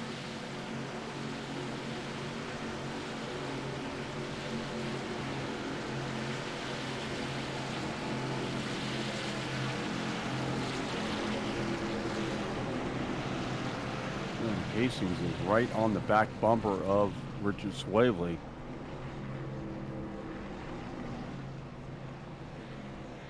Thought he might pull a Larson Truex thing.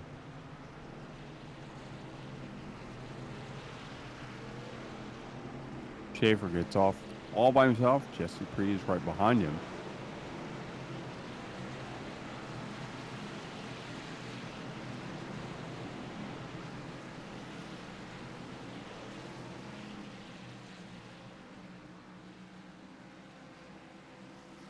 We'll let the field sort itself out, and then we'll give you a full racing lineup.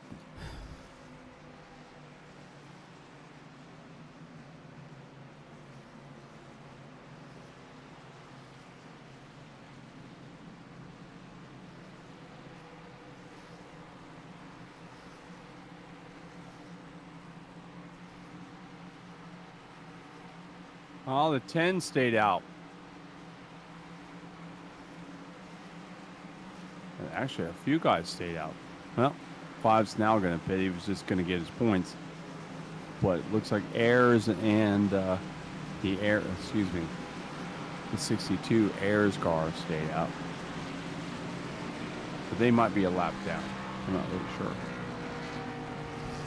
I know he was involved in an earlier incident.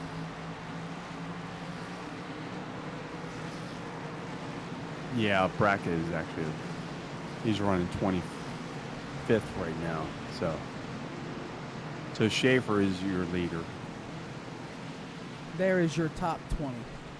All right, there we go. Schaefer, Prize, Rogers, Banks, Sanchez, Newbraw, Feltz, Hastings, Swavely, Sawatch, Wilson, Hastings, MacArthur, Kevin, Rowe, Meunier.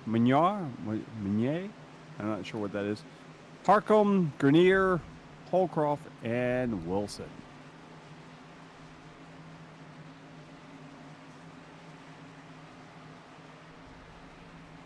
Do you know that 89 car, how do you pronounce that? Meunier? I say Meunier. Meunier, okay. It's one of those French names. Depends on what part of France the family originally comes from and how I should say it, but I'm not sure where he's from. So somewhere, I'm sure. Let's see. Do we have anything on him? 89? What part of Canada is he from? But it's not going to tell me. He's from Hampton, Virginia. Oh, I'm sorry. 89. No, it's Eric Schaefer.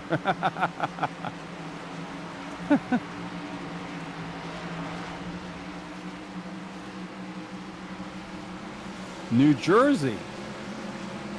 Wow. You know what they say about New Jersey? Everything's legal in New Jersey. I thought that's West Virginia. No, we can't talk about what's legal in West Virginia. That's illegal to talk about in my state.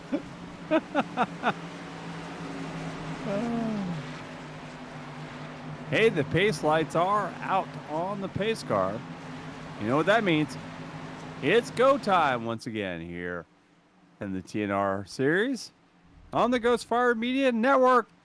Randy Pepper, Nick Adams on this flashing in and out Tuesday night.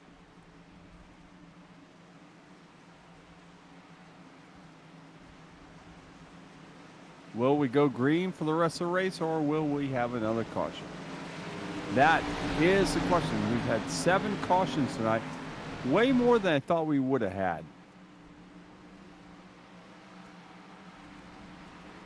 Jesse Prize is going to try to have something for Schaefer this time. I got a feeling Jesse's got something. I do. I think Jesse's got something for Schaefer this time. As Prize pulls the car down, kind of get a side draft off of Schaefer as they come to the green. And Schaefer gets on the gas, but Prize is not going away. Prize is down on the inside, but Prize has got outside the 54 Banks now. But Prize side by side with Schaefer. This is the best racing we've seen so far with Schaefer. Jesse Prize down at the bottom of the track, staying right there with Schaefer as they go into turn number 3, side by side. Prize down low, Schaefer up high. Now Schaefer trying to separate himself, but Prize is not going away as they come across the line to complete lap number 160. Jesse Prize is right there and he gets into the leader. Oh, no! Trouble Schaefer's goes around Schaefer. And how did nobody hit? Oh! Oh my goodness. He was wrecked for a good minute. He was wrecked for a good minute and a half. I don't know how he got hit. Oh, he got just covered by the 10. Oh. My goodness. Him and Jesse Prize came together going through the tri-oval. He just didn't know he was there. He locks it down. He gets away from everybody. And then I don't know what the 76 was doing. 6, yeah. It wasn't Why was 6. the 76 in the position he was in there? Let's take a look. Let's go on board the 76. See what he sees. He just... Why? Oh, he couldn't see it. I don't think he could see it. That's my thought. I don't think he could see where he was. He wasn't sure where the car actually was. He just saw the smoke. All he sees is smoke. Yeah. Yeah, that's what it was. Folks, get ready. This one's going to hurt.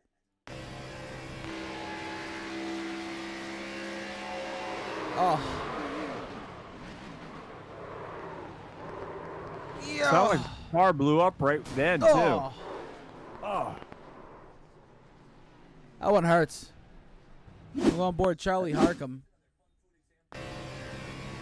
Watch the impact on the drivers here.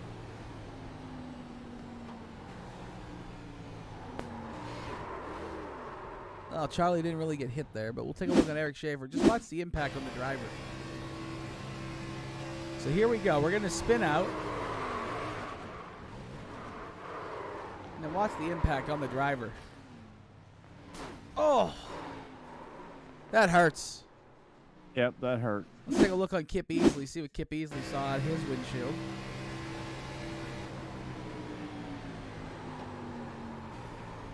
Kip's like, I'm avoiding it, I'm avoiding it, I'm not avoiding it, I'm not avoiding it. Just unfortunate. And then one more driver on board, Wyatt Brackett. Wyatt was going through the grass to try to avoid it. And then, hold on, here we go. He's almost stopped. He's almost stopped. Almost stopped. He's thinking he's going to get through it. And what a good move by Wyatt Brackett. He's all get around it. Yep. But let's take a look at what I think is probably going to be the most telling camera angle. Inside of the 0. Yeah, the 35 just came down on him. It's like his spotter said, you're clear. Yeah, he had nowhere to go. Nowhere to go. And Schaefer may have another, opinion of that, because just the way it happens. But that camera pretty much tells the story right there. It really does.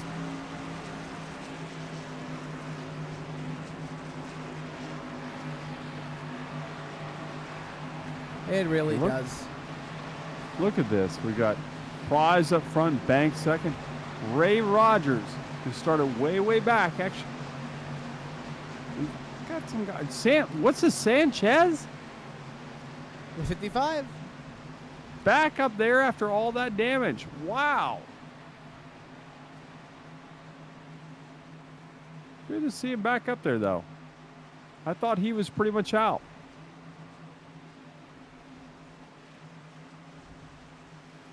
Newbraw's just hanging there. Newbraw's just like a guy, he's just not going to go anywhere. He's going to run top 5 all night.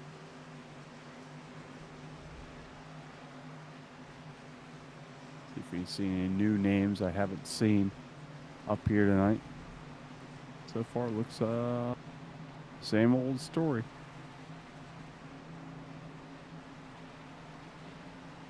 $119 of $167. New leader, Jesse Prize. Jesse was the only one that had anything for Schaefer, but it's a tough break for Schaefer. Eric Redbeard Schaefer is no longer in the race.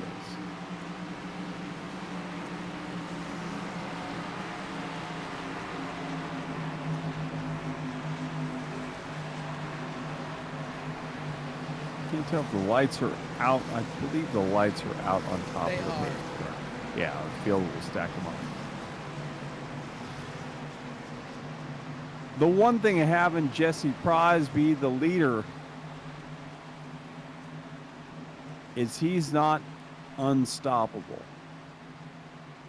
Schaefer was kind of checking out to a whole nother planet, but I think the rest of these guys are pretty equal. Hey, Randy. So this, What do you think that the Tennessee football fans are thinking about Arch Manning now that he has he committed on 6/23, but the fact that he committed to Texas, that must rub the craw of those Tennessee football fans. you know what? I think he just didn't want to follow in his brother's footsteps. So good for him, trying to make a name for himself without being in the shadow of his brothers. Uncles. Sons, it's uncles or whatever. Yeah, uncles. Excuse me. All right, pace car's off. We're going back to green flag racing. Prize down the inside. Banks on his outside. Green flag. Prize gets off to a really good start. As you see, Sanchez giving the whole tip to the Banks car, the 54, and he's under fire with Rogers down to the bottom of him. They're side by side for second and third back there. Good battle as Prize is going, go ahead, boys, go ahead and race all you want so I can just check out of here and leave you guys alone, because he's checked out to a 1, 2, 3, 4, 5, 6 car length lead over second place at 54 of Banks. Banks will pull the car to the bottom of the track, but here comes challenge from Rogers for that second place as Sanchez is by himself. Here's that battle with those two back there as Rogers, who won the opening race at Daytona, his first race, now running second and trying to reel in our leader, Jesse Prize, in that 0 car, 51 of Rogers. He is gaining. It does appear that he is gaining on the leader little by little. Could Rogers win his second race tonight? Could he? Maybe. He's definitely reeling in. Jesse Prize is going, what the heck? Where did he come from?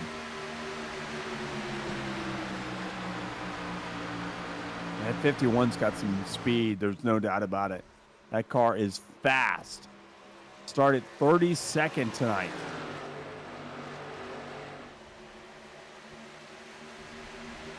One car nearly hit the wall back there. I believe that was Newbraw. Saw just a glimpse of that in the camera. Here comes Rogers. He's only 1 car length behind our leader. They cut it to a half a car length as they get into the turn. Rogers pulling it all the way to the bottom of the track as they come off the turn. Down the back straightaway, Rogers sucking up at the back bumper of that 0. Getting a sneak peek down to the bottom, but he's going to have to follow in tow as they come off of turn number 4 and back across the line to complete lap 126 this time around. And there it is, 126 with Rogers right there behind the 0 Prize. Prize drifting just a little higher than Rogers has been. Rogers has been down right at the line. Now it looks like Prize may be trying to separate himself. He saw him. He said, I need to get on the gas, as now he's separated himself by about a car length and a half. Prize with just a little bit of breathing room as Rogers is still stalking back there. Stalking his prey. Running that just a little bit of a lower groove. As I say that now, they both run the same exact groove. Sorry, there's a few things going on here behind the scenes, Randy. Yeah, you're fine. You're fine. Rogers right there trying to suck up to the back of that 0 car. And here he comes. Rogers getting a little lower line, but nope. Prize shuts that down, slams the door on him. This time Rogers drifts a little bit higher than the 0 car of Prize. Definitely sucked up the back bumper of that car. trying to get close enough to give him just a tip. Right behind him and look down the inside. This time, going to try to get a run down going into turn number 1. They will be side by side. Rogers side by side with Prize. He's got just a nose ahead of Prize. Prize on the outside. This time Rogers thought he was clear, but he was not clear. They're still side by side down into turn number 4. And this time Rogers will take the lead away from Prize.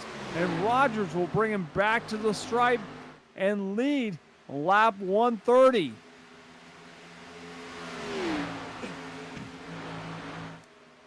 So Rogers now your new leader by 1 car length over Prize. Jesse Prize will fall back into second.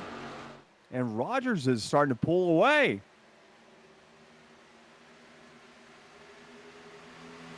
So Ray Rogers, who won the season opener in the TNR series, had never won a race, now leads with 131 down of the 167 that will complete our race tonight here in the TNR. And they're going to start approaching some lap traffic before long if they keep running these laps the way they are.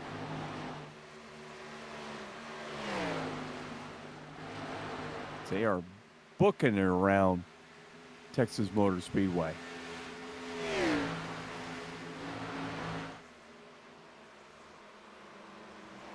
We haven't seen that come into play at all tonight, any lap traffic. So if that does come about, then we'll have to see how Rogers and Prize and the rest of the field make their way around lap cars. Got a lot of cars that have been in incidents already and may be out there trying to just make up some laps with damaged cars. Ray Rogers in the 51 leading the field. And he is pulling away from Jesse Prize. 0.73 right now. And then you got Banks right behind them. Phelps and Sanchez making up your top 5. Dylan Hastings running in the 6th position. Richard Swavely running in 7th. Newbraw is 8th. Delilah is 9th. And Wilson runs in the 10th position. Wilson actually, we got 10th and 11th. Almost sounds like a law firm. Call us. Did you slip and fall in a Walmart? Call us. Wilson and Wilson. We can help. Remember, we don't take any money until we win your case. Wilson and Wilson. For the Razors. Looking back at the 11 car of Phelps. Back there with Sanchez. Phelps actually is stalking the number 3 of Banks. Seeing if he can get around the Banks car. He's sucking up at the back bumper of Banks. Takes a peek to the inside. He'll tuck back behind him.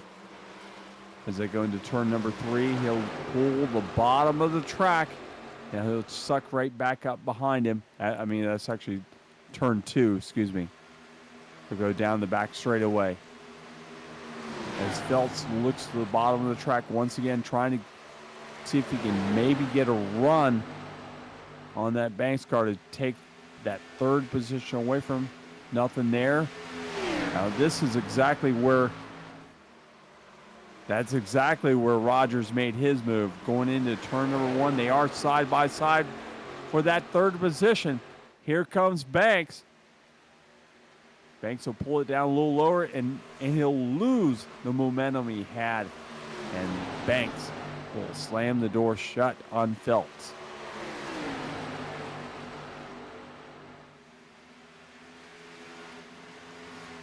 He'll have to regain his composure, try to catch back up and maybe get around him next time.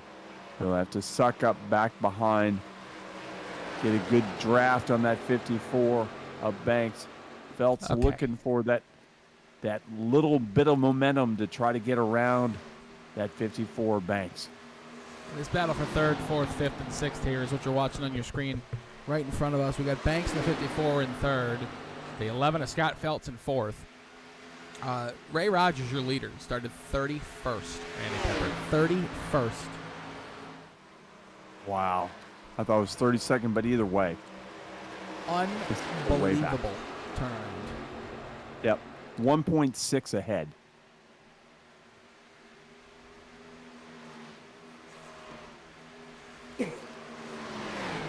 Unbelievable. Yes.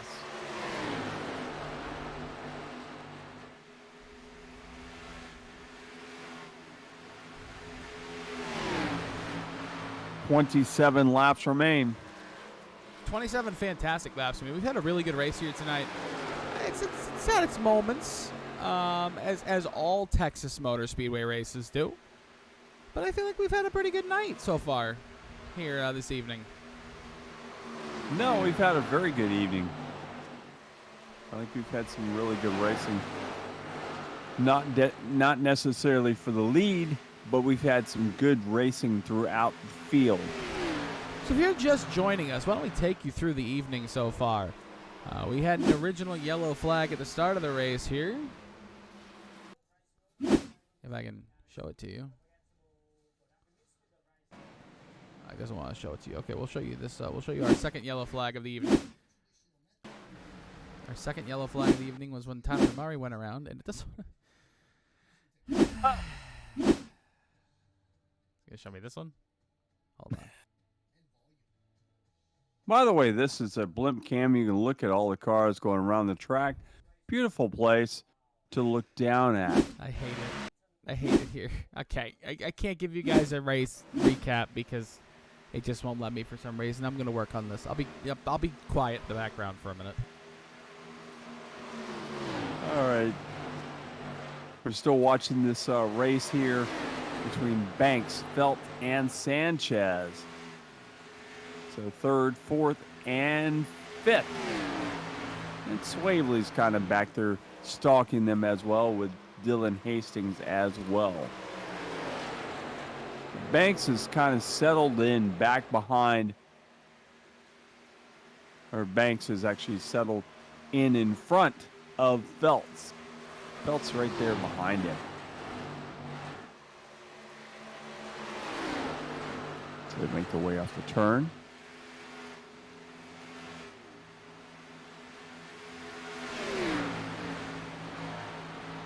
I'm trying to see something. Aha. There's what I was looking for. So, Scott Phelps and that number 11 is what I was trying to figure out his name. Scott Phelps running in that 11 unsponsored car. Nothing on. Doesn't look like there's anything. May have been something on the back of that car, but I don't see anything on the hood. Or no, there is something. It's just kind of hard to see what sponsors are in that car. This time he gets a good run right up behind that 54. Banks definitely felt the heat, as Sanchez is right there as well. Joe Sanchez, who started up towards the front of the pack, had a little bit of a mishap, actually a big mishap during one of the restarts. Car got accordioned. He got the front end all damaged, and he got the back end all damaged. Ran into the car in front of him, and the car behind him ran into him. So, but now it looks like he's regained his composure, running in that fifth position. If he finishes in the fifth position, I would say that's a win for him. But you see Phelps trying to take that spot away from the Banks car. He knows he wants a podium. You know, if they finish in the top three, they end up getting to talk to myself and Nick Adams. But it may be a little bit too late. The car seems like it may be losing a little traction, but never say never. we've seen wilder things happen.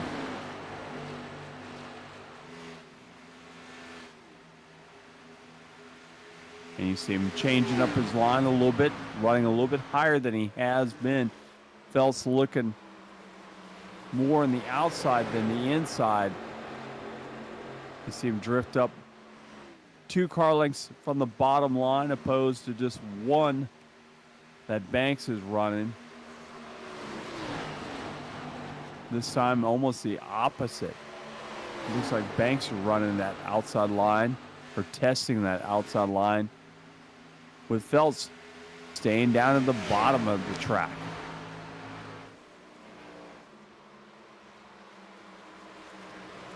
Maybe the front end of that 54 maybe starting to push a little bit. His tires are getting a little bit old.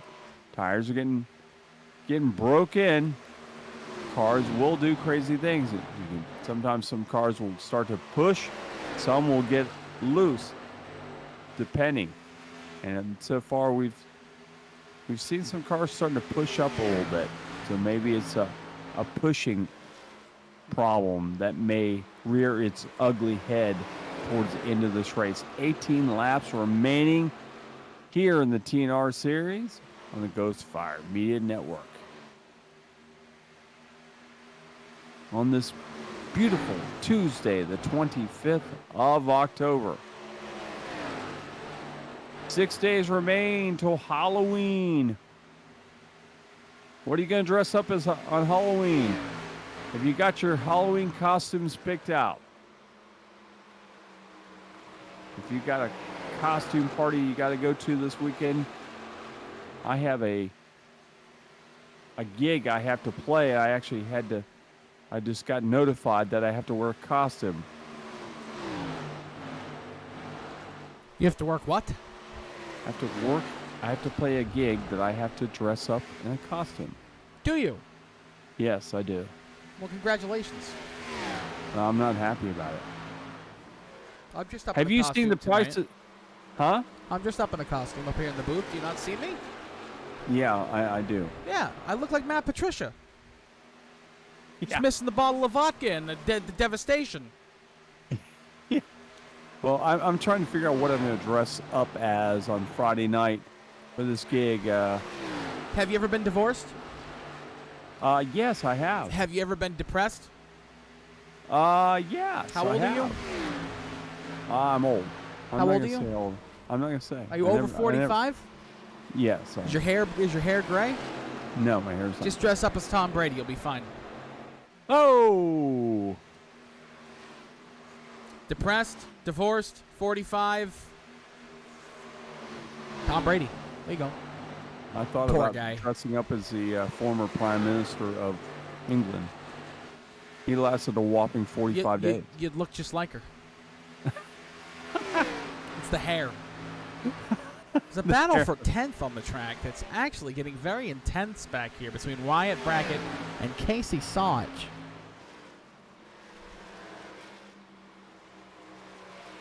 Brackett's the one that nearly ended up in that major calamity just a few laps ago. What, you mean this major calamity right here? This was about 40 laps ago, folks. On the front stretch, the 0 and the 32 came together. And watch the 10 just barely go by. Where is he? Where is he? There. Meow. Right at the bottom. Right there on the bottom. Look at him. Just look at him. One more time for all the people to see. We'll go on board. This is him. He was, for some reason, we'll go a little bit further back. He was actually almost involved in an incident on the exit of the corner with the 45. And it might have saved him here as they go off into 1 and 2. And he's just like, I'm going to the bottom of the track to stop. I'm going to go left now. Now I'm going to go right. Now I'm going to go through it. That was him about 40 laps ago. And now look at him in 10th. He was playing an obstacle course. Is that the 45 of Adam Wood? Oh, no, that's not Adam Wood.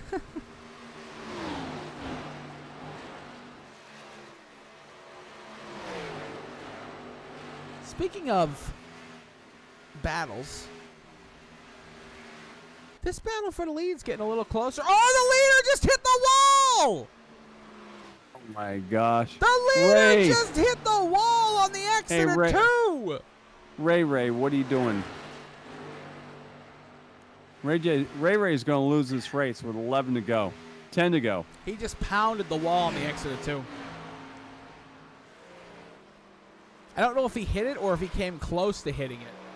But no matter what happened, he lost almost 2/10 of a second that lap to Jesse Prees. My goodness.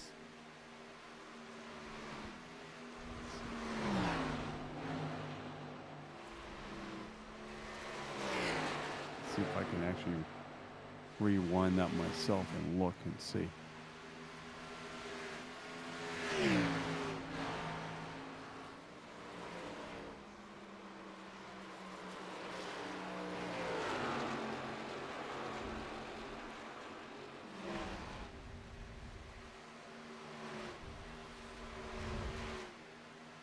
What are you rewinding? I'm rewinding to look and see if I can actually look at it and see if he did touch the wall or not. So far, I'm not seeing. No, I'm not. It looks I like don't think he hit the wall. Yeah, I think he got very, very close. It looks like he just got really, really close.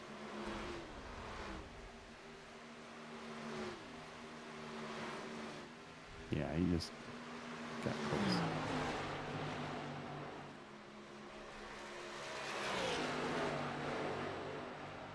Close is no problem. It's only when you actually do touch the wall and it becomes a problem. Well, you know what becomes a problem, Randy Pepper? When you don't purchase a guitar from the Guitar Attic, and Randy Pepper, can you tell us about the Guitar Attic? Guitar Attic located 1672 and a half Ridgewood Avenue, just north of Flemish in beautiful North Holly Hill, which is just a little north of Daytona Beach. You don't open until 11 a.m.? Absolutely, 11 a.m. till 5 p.m. How the hell do you make money? I do make money. Wait a minute. A lot of people that's a funny thing you say that, because people often say, how does a guy make money being open these hours? He's open 11 to 5, Tuesday through Friday, and 11 to 4 on Saturday. These days, we have the internet.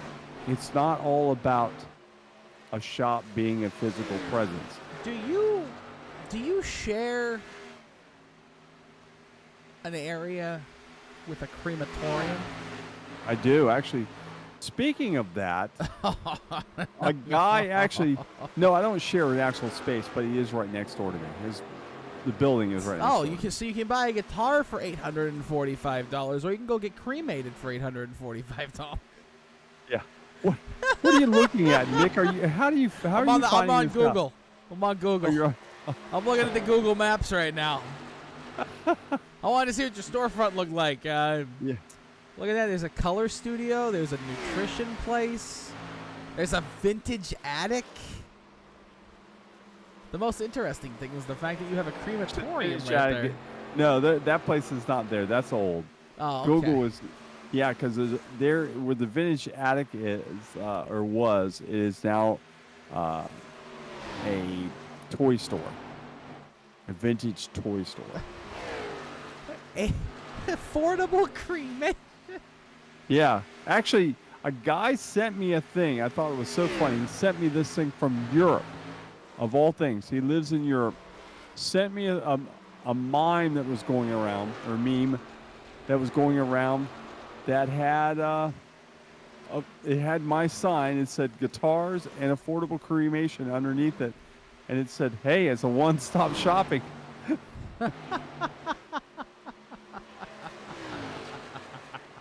Oh, 2 laps to go here. We're gonna focus on our leader as he enters 1 and 2, with just 3 miles to go here at the beautiful Texas Raceway.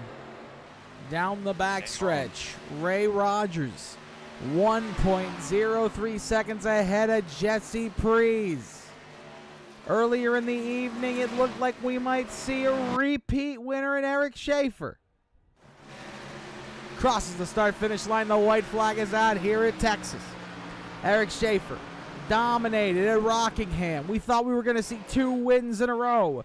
And then, after that, when Eric Schaefer got turned, we thought we might see a new winner. We thought maybe Jesse Prees would get his first win of the season.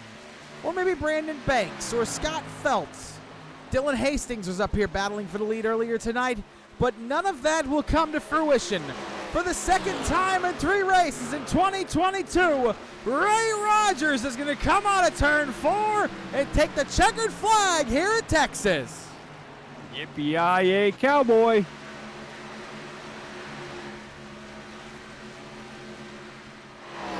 No battles coming to the line either.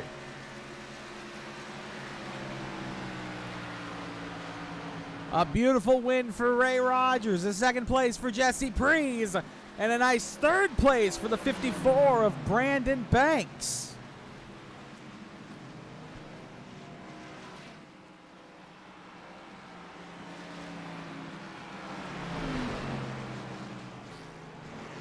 Ready for a Texas race. This was a pretty good night. Yeah, this wasn't bad at all. Not bad at all. And it's good to see a guy that just a few weeks ago had never won a race at all. Now he's won 2 races this season. So it's good to see that. All right. Well, let's get our boy, the third place finisher, Brandon Banks. Let me find him. Let's go, Brandon. Come on. Where's he at? Brandon Banks, it's Nick and Randy up in the booth. Do you have a copy, sir? Yes, sir. Congratulations on a third place finish there this evening. Definitely a hard-fought third place. Lots of issues throughout the evening for a lot of drivers. Car was a little bit slick through 3 and 4 all evening long. How was it out there for you? That wasn't too bad. Like I said, the car was really good at the very beginning of the race, and then we had that that first caution, and we all got kind of bunched up there and got a little damage to the rear. So got all of it fixed, but I think I was still just a touch slow on the straightaway. So I really didn't have much for Eric and Jesse and Ray and all them guys. They were just really fast. Maybe a top 5 car, but I think we kind of finished where we were going to finish. Finally got one a week where we stayed out of trouble and didn't get caught up into anything. But all in all, a pretty good week. We'll take it. It looked like Phelps was all over your back bumper there, and almost looked like Phelps was going to get you there towards the end, but you were able to hold him off. Good run. Yeah, he was pretty quick all night. Like I said, I knew I had him in the long run. I was just trying to hold him and pin him back there just for a couple laps till I could kind of get some laps on the tires, and then I felt like we could kind of pull it out on him. We were just kind of maintaining that gap there and just trying to save the tires. I know I didn't have anything for Jesse and Ray, so I was just kind of just trying to get what I could there and try to at least get the top 3 for the team. Well, you definitely did that. Good run tonight. We'll see you again next week. Anybody you want to thank? The DBR guys, all the guys did a great job. Hate to see that with Schaefer. Congrats to Ray. Appreciate what you guys do. Dylan, everybody. Appreciate running here. All right, man. We'll see you next week. Thank you.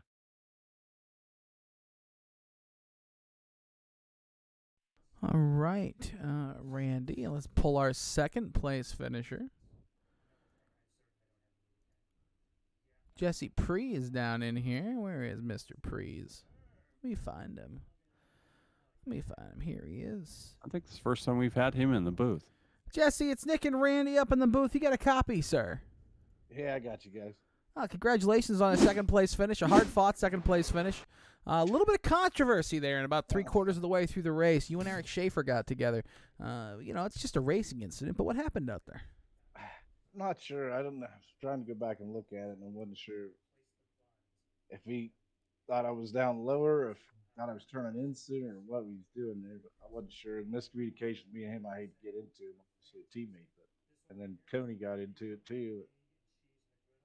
I was just trying to race him and have fun, but I don't know what happened. Yeah, I mean, from our vantage point, looking at it from the camera from inside your car, it almost looked like he actually turned down, like his spotter might have said he was clear, but he was obviously not clear at all.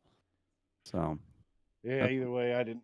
I was just trying to race and have some fun. We raced, I don't know how many laps against each other, and I don't think I think that's the first time I've ever possibly wrecked it, but I still have to look at it to see what happened. But definitely did not want that to happen for the team. I feel yeah. terrible about that.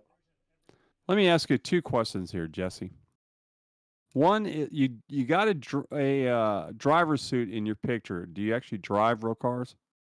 No, no, I No. don't. Okay. Yeah, used to race go karts, but not anymore. Not anymore. Okay. So the second question is that your real beard? Well, I don't know. I'll leave that up to you guys to figure out. I like that answer. I like that. That's really good. We were sitting there looking at it. We're going, I don't know if that's real or not. That might be Dale Earnhardt's shoulders with Billy Gibbons' beard. Friend of mine just got done playing with Billy Gibbons not just a few weeks ago. It's Oh, funny. really? Yeah. That was pretty funny though. All right, man. Congratulations on a good second place finish. You want to thank anybody while you're up here? Yeah, all the Drinking Bros guys. We had another pretty good finish. Should have been better if we didn't get into that wreck. But I hate that for all them guys. It's a good run and heck of a race for Ray. He was quick there. I couldn't do anything with him in 1 and 2. Felt I was a little quicker in 3 and 4, but not enough to make up for 1 and 2. Heck of a run by him and heck of a race up front there with a bunch of these guys. It was pretty fun. But then I got to give a shout out to my daughter and Cadence, who probably see the replay. She's not up now. And shout out to EPI. I kind of forgot them. They give me the setups for my open league, open stuff. So Well, congratulations on a second place finish. And the way you run, I've got a feeling we might see you here on the podium, the top of the podium before long. I hope so, but yeah, I definitely don't want to win it by kind of way it was about to today. So I didn't really want to win that one. Yeah. I don't think All I was going to catch Ray anyway. He was fast. There's no doubt about it. So congratulations, second place, and we'll see you next week, man. All right, thanks, guys. Thank you. All right, we'll pull in our winner. The first repeat winner this season, Ray Rogers. Ray, you were able to get the win at Daytona. You come here, Texas, and it's what me and Randy are going to call a very surprising victory. Not that we don't think you were fast, but we thought we had it pretty pinned down who might be our winner here tonight, and then things changed with about 40 to go. Yeah, I seen that happen in front of me, and I was really hoping to be able to get up there and battle with those Mr. Eric, but it's unfortunate. I think I was probably just as quick as he was, so uh, him and Jesse and all, I think we would have had a great battle there at the end. That'd have been a lot of fun. Now, how did you come all the way from 31st all the way up to the front? I mean, you had to pick off a lot of cars. You do it on the track, or did you do it during the pits?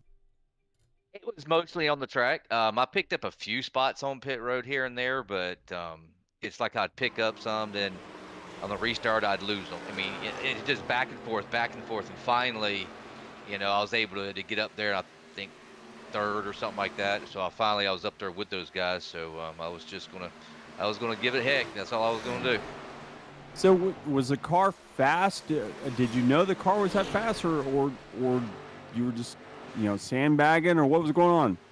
Oh no, I knew the car was fast. I just had to get up there.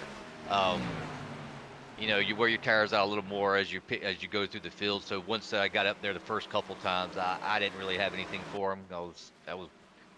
The percentage. It was great. I had great tire percentage and heat in the tires. It was great, but I didn't really had nothing for them. But I knew I had to get up there in the top 6 somewhere along in there to even have a chance at going at Mr. Eric and all them. So it's unfortunate, but I was looking forward to racing them. Yeah, well, kind of like the Buckman Bridge. It just kind of stops at some points. Yeah. All right, man. I want to thank anybody for your second win. The guy that never won a race and now has won 2. Yeah, Georgia Peach, those guys, they're a lot of fun to be in the chat with. And, they make the time go by a little bit. And How do you do? Wait a minute. Let me ask you something. So you're on Georgia Peach team. How does that go? You live in Jacksonville where they play the Gator Bowl. How are you friends with those people? I am friends with them in the MPI league that we race in. Okay. So we all race in that league together. So Brad put all this together. So thanks for him for bringing me on. But thanks Dylan for putting all this on. This is a lot of time consuming to get all this prepared every week. So I thank him, and I appreciate you guys for taking the time out to broadcast it so I can go back and watch it later. Yeah, absolutely. Hey, great race night, man. Really excited to see you come back. When I saw you coming, I was going, he's fast. There's no doubt about it. He's going to catch him. If I knew if I can get up there, with after the last little caution there, I knew I would have something for him. I knew I did. But I just had to get up there without burning my tires up. You did an awesome job, man. Congratulations on a second win of the season, and we will see you next week here on the Ghostfire Media Network on the TNR League. Appreciate it, man. You guys have a good night. All right, you too, man. Okay, Mr. Pepper. Yes, We, Mr. Adams. Watching beautiful burnouts from Ray Rogers there here at the end of the event here tonight. And now, Randy, we come down to give everybody the official results. Your winner this evening, Ray Rogers. In second, going to be coming home. Oh, what just happened? Hold on. Sorry about that. It's fixed now. Winner Ray Rogers, second Jesse Prees, third Brandon Banks, fourth Scott Phelps, fifth Dylan Hastings, sixth Joe Sanchez, seventh Richard Swaverly, eighth Michael Newbross, ninth going to be Zach Wilson, 10th Wyatt Brackett, 11th Casey Sauch, 12th Matt Grenier, 13th Austin Harger, 14th Ryan Wilson, 15th Cody Kinsey, 16th CJ Munier, 17th Jason Hastings, 18th David Brackett. We fall back here to 19th position, going to be Daniel Holdcroft, 20th Ken MacArthur, 21st Robert Rowe, 22nd Dana Shepard, 23rd Brandon Burt, 24th Kevin Delia, 25th Eric Stewart, 26th Kip Easley, 27th Tony Kivett, 28th going to be Charlie Harcum, 29th Eric Schaefer, 30th going to be Jeremy Gibbs, 31st Dusty Applin, 32nd going to be Stephen Ayers Jr., 33rd William Tyndall, 34th Brad Fulham, 35th Tyler Murray, 36th Jacob Denson. That will wrap on all up there. So, I will say good evening tonight. Say a good evening to you, or whatever. Before we do the little readout, Randy, I want to hype everybody up. Tomorrow night, 2 races to go in the chase for the championship in the Sim 500 Trans Service Truck Series. 30 of the best truck drivers we've ever seen go around tomorrow night with just 2 races to go in the championship. Randy Pepper, where do you think we're racing? If you don't know, it's fine to tell me. I don't know, actually. I have not got my memo. You don't know. That is perfectly fine. The memo's being sent.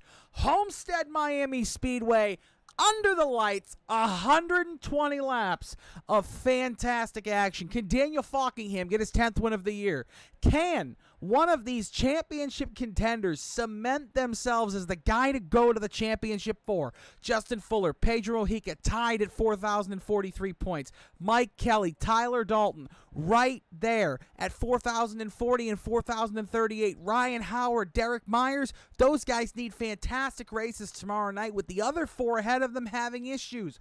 Randy, there are branching storylines all throughout Sim 500 tomorrow night. Not only could it possibly be Daniel Falkingham's final season with the Sim 500 Trans Service Truck Series, we have just 2 races left in our relationship with the league, and we are so excited to see what they bring to us these last 2 races. Yeah, I'm excited to see what's going to happen tomorrow night because Homestead just brings out some great racing. There's no doubt about it, and those trucks always put on a great show, and tomorrow night's definitely not going to be any exception. We know that. So definitely, folks, tune in tomorrow night to watch that race. That is going to be a barn burner, to say the least. But with that being said, ladies and gentlemen, boys and girls, children of all ages, it's been fantastic to see you all here at the Texas Motor Speedway. We have 14 more races left in this season here with these wonderful people here at the beautiful Tuesday Night Racing League. TNR on GFM continues next Tuesday, November the 1st, Atlanta Motor Speedway, 251.02 miles around the brand new Atlanta Motor Speedway with 33 of the world's best. I, for one, can't wait to see it. Randy Pepper won't be here. He'll be in Phoenix. We're going to have a special guest with us next week. Will be announced later this week here on Ghost Fire Media. For everybody here at Ghost Fire Media, I want to thank everybody here in the beautiful state of Texas, everybody here at Fort Worth, all the workers and track safety officials here at the Texas Motor Speedway, our producer, our director, our team leads here at the Ghost Fire Media organization, and everybody involved with the beautiful Tuesday Night Racing League. I'm Nick Adams. That's Randy Pepper. We've had a fantastic night. And for Randy Pepper, good night from the Sunshine State. See you guys. Smell you later. Thank you for watching iRacing on the Ghost Fire Media Network.